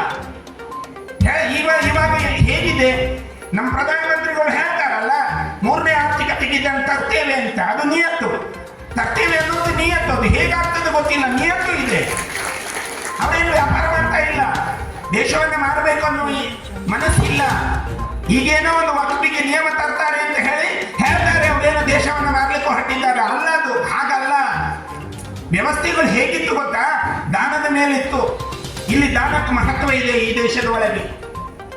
ದಾನ ಅನ್ನೋದು ಏನಿದೆ, ಒಂದು ಕಾಲ ಇತ್ತು, ಬಲ ಕೈಯಲ್ಲಿ ಕೊಟ್ಟದ್ದು ಎರಡು ಕೈಯಲ್ಲಿ ಗೊತ್ತಾಗಬಾರದು. ನಮ್ಮ ಪ್ರಾಣೇಶ್ವರು ಇದ್ದಾರೆ, ಉಪಸಭಾಪತಿಗಳು. ಅಲ್ಲ ಒಂದು ನಿಯಮ ಇದೆ, ಸತ್ಯಮೇವ ಜಯತೆ ಅಂತ ಹಾಕಿದ್ದಾರೆ ಒಳಗೆ ಹೋಗುವಾಗ. ಅವರ ಸಂವಿಧಾನದಲ್ಲೂ ಇದೆ. ಆ ಸಂವಿಧಾನ ನಮಗೆಲ್ಲರಿಗೂ ಇದೆ. ಆದರೆ ಸಂವಿಧಾನ ನಂಬದವರನ್ನ ಮಾತ್ರ ಹೊಗಳ್ತಾ ಇದ್ದಾರೆ. ಸಂವಿಧಾನ ಯಾರು ನಂಬೋದಿಲ್ಲ ನೋಡಿ, ಅವರನ್ನೇ ಹೊಗಳೋದು. ಸವಲತ್ತುಗಳೆಲ್ಲ ಅವರಿಗೆ ಹೋಗೋದು, ನಮ್ಮನ್ನು ಮತ್ತೆ ಹೇಳೋದು ಇವರು ಮನುಸ್ಮೃತಿ ಆರಾಧಕರು ಅಂತ, ಮತ್ತೆ ನಮ್ಮ ಮೇಲೆ ಜರಿಯೋದು. ನೈಜವಾಗಿ ನಾವು ಮನುಸ್ಮೃತಿ ಆರಾಧಕರು ಅಂತ ಹೇಳ್ತೀವಲ್ಲ, ನೀವು ಮನುಸ್ಮೃತಿಯನ್ನು ಒಮ್ಮೆ ನೋಡಿ. ಹೇಳುವವರು ಮನುಸ್ಮೃತಿಯನ್ನು ಒಮ್ಮೆ ಓದಿ. ನೀವು ಆಚರಿಸೋದು ಬಿಡೋದು ಎಲ್ಲ ಮತ್ತೆ ಅದು ಬಿಟ್ಟುಬಿಡಿ. ನೀವು ಮನುಸ್ಮೃತಿಯನ್ನು ಓದಿ. ಅದರಲ್ಲಿರುವ ಕಠಿಣ್ಯ ಇದೆಯಲ್ಲ, ಅದರಲ್ಲಿರುವಂತಹ ನೀತಿ ನಿಯಮಗಳಿದೆಯಲ್ಲ, ಅದನ್ನು ಮೊದಲು ಓದಿ. ಸುಮ್ಮನೆ ಮಾತಾಡಬೇಡಿ. ನೀವು ಮನುಸ್ಮೃತಿ ಆರಾಧಕರು, ತಿರ್ಗ ನೀವು ಮನುಸ್ಮೃತಿಯನ್ನು ಹೇರ್ತಾ ಇದ್ದೀರಿ. ಅದಲ್ಲ. ಮನುಸ್ಮೃತಿಯಲ್ಲಿರುವುದು ಎಲ್ಲ ಪ್ರಶ್ನಾರ್ಥಕ ಚಿಹ್ನೆಗಳೇ. ಅಲ್ಲಿ ಒಂದೊಂದು ಕಡೆಯಲ್ಲಿ ಉತ್ತರ ಕೊಡ್ತಾ ಇದ್ದಾನೆ, ಉತ್ತರವನ್ನು ಕೊಡ್ತಾ ಇದೆ.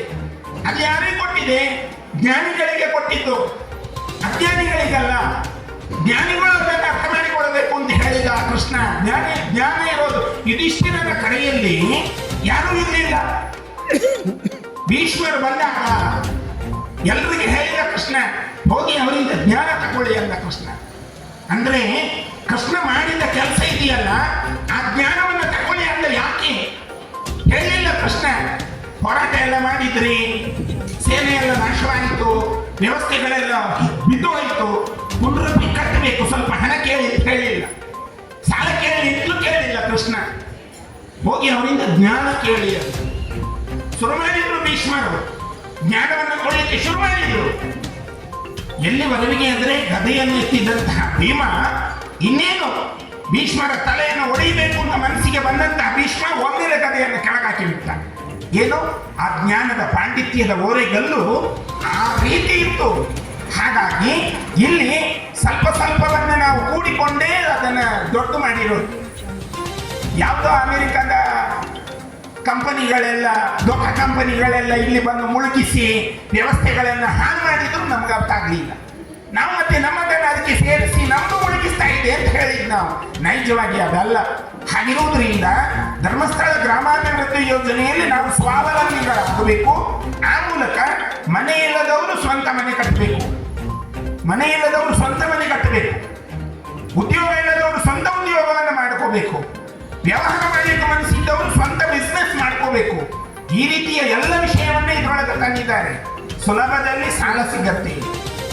ನೀವು ಬ್ಯಾಂಕಿಗೆ ಹೋದ್ರೆ 100 ಕಡತಗಳನ್ನು ಕೇಳ್ತಾರೆ. ಅದೇ ಧರ್ಮಸ್ಥಳ ಯೋಜನೆ ಏನು ಕಡತ ಕೇಳತ್ತೆ? ವಿಶ್ವಾಸ ಮತ್ತು ನಂಬಿಕೆ, ಈ 2 ಕಡತಗಳನ್ನು ಕೇಳುತ್ತೆ. ನೋಡಿ, ನೀವು ಯಾವ ಕಡತಕ್ಕೆ ಬೇಕಾದ್ರೆ ಸಹಿ ಹಾಕಬಹುದು, ನಿಮಗೆ ವಿಶ್ವಾಸ ಇರಬೇಕು. ನೀವು ಪ್ರಾಣೇಶ್ವರಿಗೆ 2 ಲಕ್ಷದ ಚೆಕ್ ಕೊಟ್ಟರೆ ಅಲ್ಲಿ ವಿಶ್ವಾಸದ ಸಹಿ ಇರಬೇಕು.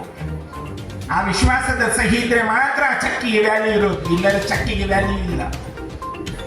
ನೀವು ಕೊಡುವಾಗ ಅವರು ತುಂಬ ನಿಮಗೆ ಒಲವಿನಿಂದ ಕೊಟ್ಟಿದ್ದಾರೆ ಅಂದರೆ ನೀವು ಆ ನಂಬಿಕೆಯನ್ನು ಉಳಿಸಿಕೊಳ್ಬೇಕು. ಇದು 2 ಸ್ವಲ್ಪ ತಡ ಆಗ್ಬೋದು, ಅದು ಬೇರೆ ವಿಷಯ. ಅದರ ನಂಬಿಕೆಯನ್ನು ಉಳಿಸಿಕೊಳ್ಬೇಕು. ಅದಕ್ಕೆ ನಮಗೆ ಭಯ ಮತ್ತೆ ಭಕ್ತಿ ಬೇಕು ಅಂದ್ರಲ್ಲ.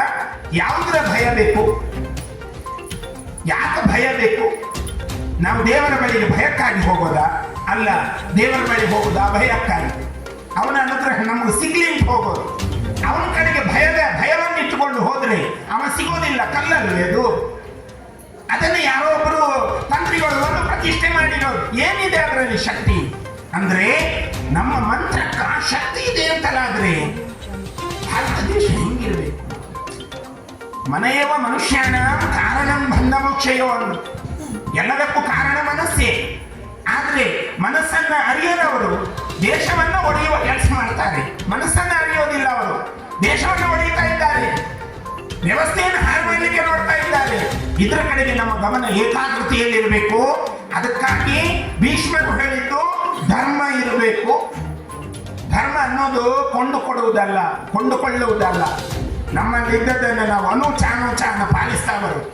ಹಾಗಾಗಿ ನೆರೆಕರೆಯವನ ಕಷ್ಟವನ್ನ ನಾವು ಅರಿತುಕೊಳ್ಳಬೇಕಾದ್ರೆ ನಮ್ಮ ಮನೆಯ ಕಷ್ಟ ಅರ್ಥ ಆಗಬೇಕು. ನಮ್ಮ ಮನೆಯ ಕಷ್ಟ ಬಿಟ್ಟು ನಾವು ನೆರೆಕರೆಯವನ ಕಷ್ಟ ನೋಡ್ತಾ ಹೋದ್ರೆ ನಮ್ಮ ಮನೆ ದಹಿಸ್ತಾ ಹೋಗ್ತದೆ. ಹಾಗಿರುವುದರಿಂದ ಅಂತಹ ಒಂದು ವ್ಯವಸ್ಥೆಯನ್ನ ನಮಗೆ ಧರ್ಮಸ್ಥಳ ಕೊಟ್ಟಿದೆ. ಪೂಜ್ಯ ವೀರೇಂದ್ರ ಹೆಗಡೆಯವರು ಸಂಸಾರದಲ್ಲಿ ಇದ್ದುಕೊಂಡು ಇಡೀ ಸಮಾಜವನ್ನು ಕಟ್ತಾ ಇದ್ದಾರೆ. ಅದರ ಮೇಲೂ ಟೀಕೆ ಇದೆ, ಅದರ ಮೇಲೂ ಟಿಪ್ಪಣಿ ಇದೆ. ಏನ್ ಮೋದಿಯನ್ನು ಹೊಗಳ್ತಾರೆ ಜನ. ನಾವು 70% ಜನ ಹೊಗಳಿದ್ರೆ 30% ಜನ ತಗೊಳ್ತಾನೆ ಇದ್ದಾರೆ. ಅದು ಇರಲೇಬೇಕು. ನೆಗೆಟಿವ್ ಪಾಸಿಟಿವ್ ಇಲ್ಲದಿದ್ರೆ ತಂತಿ ನಡೆಯಲ್ಲ. ಕರೆಂಟ್ ಬರೋದು ನೆಗೆಟಿವ್ ಪಾಸಿಟಿವ್ ಮೇಲೇನೆ, ಕಂಪ್ಯೂಟರ್ ನಡೆಯೋದು ನೆಗೆಟಿವ್ ಪಾಸಿಟಿವ್ ಮೇಲೇನೆ, ಈ ದೇಹ ನಡೆಯೋದು ನೆಗೆಟಿವ್ ಪಾಸಿಟಿವ್ ಮೇಲೇನೆ. ಧನಾತ್ಮಕ ಮತ್ತು ಋಣಾತ್ಮಕ ಎನ್ನುವ 2 ತಂತುಗಳು ದೇಹದಲ್ಲಿ ಇಲ್ಲದಿದ್ದರೆ ಈ ದೇಹಕ್ಕೂ ಏನೂ ಇಲ್ಲ. 2 ಕವಾಟಗಳಿದ್ದಾವೆ ದೇಹದಲ್ಲಿ. ಮನಸ್ಸು ಒಂದೇ, ಬುದ್ಧಿ ಒಂದೇ, ಕವಾಟಗಳು 2 ಇದ್ದಾವೆ. ಈ 2 ಕವಾಟಗಳಲ್ಲೂ ತಂತಿ ಚಲನೆ ಹೊಂದುತ್ತಾ ಹೋಗಬೇಕು. ಹಾಗಿದ್ದಾಗ ಈ ದೇಹ ನಡೀತಾ ಇರ್ತದೆ. ಆ ವ್ಯವಸ್ಥೆ ಒಂದು ಕಡೆಯಲ್ಲಿ ಬಿದ್ದು ಹೋದರೆ ನೋಡಿ, ಲಕ್ವ ಹೊಡೆಯುತ್ತಂತವರಿಗೆ ಅಂತ ಹೇಳ್ತಾರಲ್ಲ, ಆ ಲಕ್ವ ಯಾಕೆ ಹೊಡೆಯಿತು ಎನ್ನುವುದ್ರ ಬಗ್ಗೆ ಗಮನನೇ ಇಲ್ಲ. ವೈದ್ಯರ ಬಳಿಗೆ ಹೋದ್ರು, ಈಗ ಅದಕ್ಕೊಂದು ಇಂಜೆಕ್ಷನ್ ಬಂದಿದೆ, 24 ಗಂಟೆ ಒಳಗೆ ಹೋದ್ರೆ ಲಕ್ವ 99% ಗುಣ ಆಗ್ತದೆ. ಈಗ ಹಿಂದೆ ಎಲ್ಲ ಅದಕ್ಕೆ ಔಷಧಿ ಇರಲಿಲ್ಲ. ಲಕ್ವ ಹೊಡೆದ್ರೆ ಹೋಯ್ತು ಅಂತಲೇ ಅರ್ಥ. ಒಂದು ಸೈಡ್ ಹೋದ್ರೆ ಅವರಿಗೆ ಮಾತಾಡ್ಲಿಕ್ಕಾಗಲ್ಲ, ನಡೆಯಲಿಕ್ಕಾಗಲ್ಲ. ಆದ್ರೆ ಇವತ್ತು ಅದಕ್ಕೆ ಔಷಧಿ ಬಂದಿದೆ. ಹಾಗಾಗಿ ನೋಡಿ, ನಾವು ಯಾವ ಮಟ್ಟಕ್ಕೆ ಹೋಗಿದೆ. ನಮ್ಗೆ ಗೊತ್ತಾಗ್ಲಿಲ್ಲ ಅಷ್ಟೇ. ಕೊರೋನಾ ಬಂದು ಅಂತ ಬೊಬ್ಬೆ ಹಾಕಿದೀವಿ. ಕೊರೋನಾಕ್ಕೆ ಲಸಿಕೆ ಕೊಟ್ಟಿದ್ದು ನಾವು, ಬೇರೆ ಯಾವ ದೇಶಗಳು ಕೊಟ್ಟಿಲ್ಲ. ಬಹಳ ದೊಡ್ಡ ದೇಶ ಚೈನಾ, ಆಗ್ಲಿಲ್ಲ. ವೈರಸ್ ಕೊಡ್ಲಿಕ್ಕೆ ಗೊತ್ತುಂಟು, ಅದಕ್ಕೆ ಲಸಿಕೆ ಕೊಡ್ಲಿಕ್ಕೆ ಗೊತ್ತಿಲ್ಲ ಚೈನಾಕ್ಕೆ. ಇದು ನಮ್ಗೆ ಗೊತ್ತೇ ಇಲ್ಲ. ಸಣ್ಣ ಸಣ್ಣ ಆಟಿಕೆ ಬಂತು ಅಂತ ನಾವು ಚೈನಾವನ್ನು ಹೊಗಳಿದ್ದು, ಮಾಡಿದ್ದು. ವ್ಯಾಪಾರ ಎಲ್ಲ ಅವರಿಗೆ, ಭಾರತ ಮತ್ತೆ ಸಾಯದೇ ಇರುತ್ತಾ? ವ್ಯಾಪಾರ ಎಲ್ಲ ಚೀನಾಕ್ಕೆ, ಬೂಡ್ದಿಪ್ಪ. ಸಣ್ಣ ಸಣ್ಣ ಆಟಿಕೆ ಅದೆಲ್ಲ ನಮ್ಮ ಮನೆಗೆ ಬಂತು. ಹಣ ಎಲ್ಲ ಚೈನಾಕ್ಕೆ, ಭಾರತ ಮತ್ತೆ ಬಡ ರಾಷ್ಟ್ರ ಅನ್ನದೆ ಮತ್ತೇನು ಎನ್ನಬೇಕು? ಅದಕ್ಕಲ್ವೇ ಈ ದೇಶವನ್ನು ಸ್ವಾವಲಂಬಿ ಮಾಡಲಿಕ್ಕೆ ಹೊರಟಿದ್ದು. ನಿಮ್ಮಲ್ಲಿದೆ. ಈಗ ಪ್ರಶಾಂತರು ಮಾತಾಡಿದ್ರೆ ಅವ್ರು ಹೇಳ್ತಾರಲ್ಲ, ನನ್ನ ಸಮಯ ಸಾಕಾಗೋದಿಲ್ಲ ಅಂದ್ರೆ ಅವರ ಜ್ಞಾನ ಆ ರೀತಿಯಲ್ಲಿದೆ. ಮಲ್ಟಿಪಲ್ ಇದೆ ಅವರಲ್ಲಿ ಜ್ಞಾನ. ಅದನ್ನು ಕೊಡಬೇಕು ನನ್ನ ಸಮಾಜಕ್ಕೆ ಅಂತ ಅವರಿಗೆ ತುಡಿತಾ ಇದೆ. ಕೇಳುವವ್ರು ನಾವಿರ್ಬೇಕಲ್ಲ. ಆಧ್ಯಾತ್ಮದಲ್ಲಿ ಒಂದು ಭಾಗ್ಯಕ್ಕ ಸೋಮಕ್ಕನ ಕಥೆ ಮಾತಾಡೋದು. ಮಗಳ ಓಡಿದ್ಲಂತಲ್ಲ, ಇಲ್ಲಿ ಸತ್ಯನಾರಾಯಣ ಕಥೆ. ಇದು ನಿಂಗೆ ಗೊತ್ತ ಮಾರೈತೆ, ಅವಳು ಓಡಿದ್ಲಂತೆ. ಅವರಿಗೆ ಎಷ್ಟು ಸಂಕಟ ಇದೆ ಅದು ಅವರಿಗೆ ಮಾತ್ರ ಗೊತ್ತು. ಇವರು ಇಲ್ಲಿ ಮಾತಾಡೋದು ಅಂದ್ರೆ ಸಂಕಟದ ಅರ್ಥ ಏನು ನಮ್ಗೆ ಗೊತ್ತಿದೆ. ಸತ್ಯನಾರಾಯಣ ಕಥಾ ಬುದ್ಧಿ 2 ಸಾಲಲ್ಲಿ ಹೇಳಿದ್ದು. ನಿಮ್ಗೆ ಗೊತ್ತಾಗ್ತದೆ ಇಲ್ವಾ ಗೊತ್ತಿಲ್ಲ. ದುಃಖ ಶೋಕಾದಿ ಶಮನಂ, ಧನ ಧಾನ್ಯಾದಿ ಪ್ರವರ್ಧನಂ, ಸೌಭಾಗ್ಯ ಸಂತತಿಕರಂ, ಸರ್ವತ್ರ ವಿಜಯಿಪ್ರದಂ. ಈ 4 ಅಕ್ಷರ, 2 ಸಾಲ. ದುಃಖ ಶೋಕಾದಿ ಶಮನ. ಸತ್ಯನಾರಾಯಣ ಕಥಾಬುದ್ಧಿಯಲ್ಲಿ ಎಲ್ಲವೂ ಬರುವುದು ಸತ್ಯ, ಸುಳ್ಳಿಲ್ಲ ಅಲ್ಲಿ. ನಾವು ಕೆಲವೊಮ್ಮೆ ಸುಳ್ಳೇ ಅದು. ನಮ್ಮಲ್ಲಿ ಸುಳ್ಳು ಬಿಟ್ರೆ 10,000 ಕೊಡಿ ನಾಳೆ ಕೊಡ್ತೇನೆ ಅಂತ, ನಾಳೆ ಕೊಡ್ಲಿಕ್ಕೆ ಆಗೋದೇ ಇಲ್ಲ. ಅವರು ಬಂದು ಹೋಗು ಅಯ್ಯೋ ಅಂತ ತಲೆ ಚಚ್ಚು. ಈಗ ಯೋಜನಾಧಿಕಾರಿಗಳು ಅದಕ್ಕೆ ಒಂದಷ್ಟು ಅಧಿಕಾರಿಗಳನ್ನು ಹಾಕಿದ್ದಾರೆ. ಅಲ್ಲಿ ಸೇವಾನಿರತರು ಅಂತ ಇದ್ದಾರೆ. ಎಲ್ಲರೂ ಬರೋದು, ಅಕ್ಕ ಕಟ್ಟಿದ್ರ ಅಂದ್ರೆ ನಮ್ಮ ಪರಿಸ್ಥಿತಿ ಆಗಿದೆ ಅನ್ನೋದು. ಏನ್ರಿ, 1 ರೂಪಾಯಿ ಇಲ್ಲ ಅನ್ನೋ ಪರಿಸ್ಥಿತಿಗೆ ನಾವು ಮುಟ್ಟಿದ್ದೇವೆ ಅನ್ನೋ. ನೋಡಿ, ಈ ಸತ್ಯನಾರಾಯಣ ಕಥೆಯಲ್ಲಿದ್ದಂತ ಸತ್ಯ ನಮ್ಗೆ ಏನು ಹೇಳತ್ತೆ ಗೊತ್ತಾ? ನೀನು ಸುಳ್ಳಲ್ಲಿ ಬದುಕಬೇಡ, ಸತ್ಯದಲ್ಲೇ ಬದುಕು. ಒಮ್ಮೆ ಹೇಳಿಬಿಡು, ಇವತ್ತಿಲ್ಲ ನಾನು ನಾಳೆ ಕಟ್ತೀನಿ, ಅದು ಅಗತ್ಯ ಅಂತದೆ ಸತ್ಯನಾರಾಯಣ ಕಥಾಪುಂಜ. ನೀವು ಅದನ್ನ ಪೂರ್ತಿ ಕೇಳಿದ್ರೆ ದುಃಖ ಶೋಕಾದಿ ಶಮನ. ದುಃಖ ಅನ್ನೋದೇ ಬರೋದಿಲ್ಲ ಅಂತಾರೆ, ಶೋಕ ಅನ್ನೋದೇ ಬರೋದಿಲ್ಲ. ಒಂದು ಮಗನನ್ನ ತಾಯಿ ಕಳ್ಕೊಂಡ್ರೆ, ನಾವು ಮೊನ್ನೆ ಬೆಂಗಳೂರಿಗೆ ಹೋದವರು ಪ್ರಾಂಜಲ್ ಮನೆಗೆ ಹೋದೆವು. ಪ್ರಾಂಜಲ್ ಒಬ್ಬ ಸೈನಿಕ. ಪಾಕಿಸ್ತಾನದ ಕಡೆಯಿಂದ ದಾಳಿ ಆಗುವಾಗ ಪ್ರಾಂಜಲ್ನ ಎದುರಿಗೆ ಗುಂಡು ಬಿತ್ತು, 4 ಯೋಧರು ಹುತಾತ್ಮರಾದರು. ಒಬ್ಬನೇ ಮಗ ಅವನಿಗೆ. ಆ ತಾಯಿ ಹೇಗಿರಬೇಕು, ಆ ನೋವು ಹೆಂಗಿರಬೇಕು? ನಮಗೆ ಅವನ ಬೂಟು, ಅವನ ಬಟ್ಟೆ, ಅವನ ಹ್ಯಾಟ್, ಅವನಿಗೆ ಸಿಕ್ಕಿರುವಂತ ಎಲ್ಲ ಶೌರ್ಯ ಪದಕಗಳನ್ನು ನಮ್ಗ ತಾಯಿ ಕಣ್ಣೀರು ತೆಗೆದು ತೋರಿಸ್ತಾ ಇದ್ದಾರೆ. ನೋಡಿ ಆ ಮನೆಯ ದುಃಖ ಹೆಂಗಿರಬೇಕು. ನಾವು ಒಂದೇ ಮಾತು ಹೇಳಿದ್ವಿ, ಅಮ್ಮ ನಿಮ್ಮ ಮಗ ದೇಶಕ್ಕಾಗಿ ಹುತಾತ್ಮನಾದದ್ದು, ಮನೆಗಾಗಿ ಅಲ್ಲ. ಆಗ ಅವನ ನಗಡಿ ಬಿಟ್ಲು. ಅಂದ್ರೆ ದೇಶವನ್ನ ಉಳಿಸುವುದಕ್ಕೆ ನಿಮ್ಮ ಮಗ ಹುತಾತ್ಮನಾಗಿದ್ದಾನೆ, ನಿಮ್ಮ ಮನೆ ಉಳಿಸ್ಲಿಕ್ಕಲ್ಲ. ಅವ ಸಹಸ್ರ ಮನೆಯನ್ನು ಉಳಿಸಿದ್ದಾನೆ ಅಂದ್ರೆ. ಇವತ್ತಿಗಾದ್ರೂ ಆ ಪಾಕಿಸ್ತಾನಕ್ಕೆ ಬುದ್ಧಿ ಬರ್ತದ? ಬರೋದಿಲ್ಲ. ಅಂದ್ರೆ ಅದು ಆ ಸ್ಥಿತಿಯಲ್ಲಿ ಬಿದ್ದುಬಿಟ್ಟಿದೆ, ಅಮಲಲ್ಲಿ ಇದೆ. ಆ ದೇಶ ಅಮಲಲ್ಲೇ ಇದೆ. ಹಾಗಾಗಿ ನಾವಿರಬಾರದು. ಇನ್ನು ಧನ ಧಾನ್ಯಾದಿ ಪ್ರವರ್ಧನ, ಈ ಕಥೆಯನ್ನು ಕೇಳಿದ್ರೆ ನಮ್ಮ ದಾರಿದ್ರ್ಯ ಪರಿಹಾರ ಆಗಿ ಧನ, ಅರ್ಥಾತ್ ಧನ ಅಂದ್ರೆ ಕಾಸಲ್ಲ, ಒಂದು ಧನ ಅಂದ್ರೆ ಹಸು, ಇನ್ನೊಂದು ಧನ ಅಂದ್ರೆ ಸಂಪತ್ತು. ಕಾಸಲ್ಲ, ಧನ ಅಂದ್ರೆ ಕಾಸಲ್ಲ, ಸಂಪತ್ತು. ಅದು ಯಾವುದೂ ಆಗ್ತದೆ.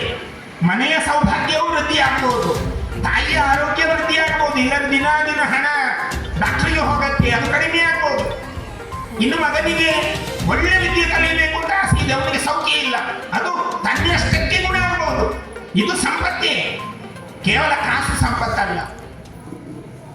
ಸೌಭಾಗ್ಯ ಸಂತತಿಕರ. ನಮ್ಮಲ್ಲಿ ಸಂತತಿ ಕಡಿಮೆ ಆಗಿದೆ, 1-2ಕ್ಕೆ ಸೀಮಿತ ಆಗಿದೆ. ನಾವೆಲ್ಲ ಹೇಳಿದ್ರೆ ಈ ಸನ್ಯಾಸಿಗೆ ಯಾಕಪ್ಪ ಇದೆಲ್ಲ ಅಂತ ಕೇಳುವವರು ಇದ್ದಾರೆ. ಇವರು ಸಂತತಿ ಹೆಚ್ಚು ಮಾಡಲಿಕ್ಕೆ ಹೇಳ್ತಾ ಇದ್ದಾರಲ್ಲ, ಈ ಸನ್ಯಾಸಿಗೆ ಎಂತದಕ್ಕೆ ಅಂತ ಕೇಳುವವರು ಇದ್ದಾರೆ. ಆದರೆ ಹಿಂದೆ ಎಲ್ಲ ಮಕ್ಕಳೇ ಸಂಪತ್ತು. ನೀವು ಸ್ವಲ್ಪ ಹಿಂದೆ ಹೋಗಿ, ಪಾರ್ವತಿಕ್ಕ ಭಾಗೀರಥಿಕ್ಕೆ ಯಾರಾದರೂ ಇದ್ರೆ ಕೇಳ್ಕೊಳ್ಳಿ, 12-18 ಮಕ್ಕಳು. ಎಷ್ಟು ಒಳ್ಳೇದಿತ್ತು ಆಗ ಕುಟುಂಬ, ಕೂಡು ಕುಟುಂಬ. ಈಗ 2 ಮಕ್ಕಳನ್ನೇ ನಡೆಸಿಕೊಳ್ಳಿಕ್ಕಾಗೋದಿಲ್ಲ. ಸ್ವಾಮೀಜಿ ಸ್ವಲ್ಪ ಅವನಿಗೆ ಬುದ್ಧಿ ಹೇಳಿ, ಅವನು ಕೇಳ್ತಾ ಇಲ್ಲ. 2 ಮಕ್ಕಳಿಗೆ ಈಗ ಗುಣಾತ್ಮಕ ವ್ಯವಸ್ಥೆಗಳಿಲ್ಲ. ಅಂದರೆ ಗಣಿತವನ್ನು ಹೇಳಿದರೆ ಅರ್ಥ ಆಗೋದಿಲ್ಲ. 4 + 4 8, 4 + 4 8, ಗುಣಿಸಿದ್ರೆ ಅದು ಮಲ್ಟಿಪ್ಲೈ ಆಯಿತು. ಈ ಮಗನಿಗೆ ಹೆಂಗೆ ಅರ್ಥ ಆಗಬೇಕದು? ಅರ್ಥ ಮಾಡುವ ರೀತಿಯಲ್ಲಿ ನಾವು ಅರ್ಥವಿಸಿ ಕೊಟ್ಟರೆ ತಾನೇ ಅರ್ಥ ಆಗೋದು. ಈ ಟೀಚರ್ ತುಂಬ ತಲೆಬಿಸಿಯಲ್ಲಿ ಪಾಠ ಮಾಡೋದಲ್ಲ, ಅವ್ರದ್ದು ತಲೆಬಿಸಿ ಸಿಕ್ಕಾಪಟ್ಟೆ ಇದೆ. ನಾವು ಮನೆಯಲ್ಲೂ ತಲೆಬಿಸಿಯನ್ನೇ ಮಗುವಿನ ಮೇಲೆ ಹೇಳೋದು. ಮತ್ತೆ ಮಗ ಎಲ್ಲಿ ಒಳ್ಳೇದಾಗೋದು, ಮಗಳು ಎಲ್ಲಿ ಒಳ್ಳೆ ಆಗೋದು, ಯಾರ ಜೊತೆಗೆ ಸಂಬಂಧ ಬೆಳೆಸ್ಕೋಬೇಕು, ಯಾರ ಜೊತೆಗೆ ನಮ್ಮ ಮಕ್ಕಳು ಇರಬೇಕು ಎನ್ನುವುದರ ಕಡೆಗೆ ನಮ್ಮ ಪಾಠ ಇದೆಯಾ ಮನೆಯಲ್ಲಿ? ಇಲ್ಲ.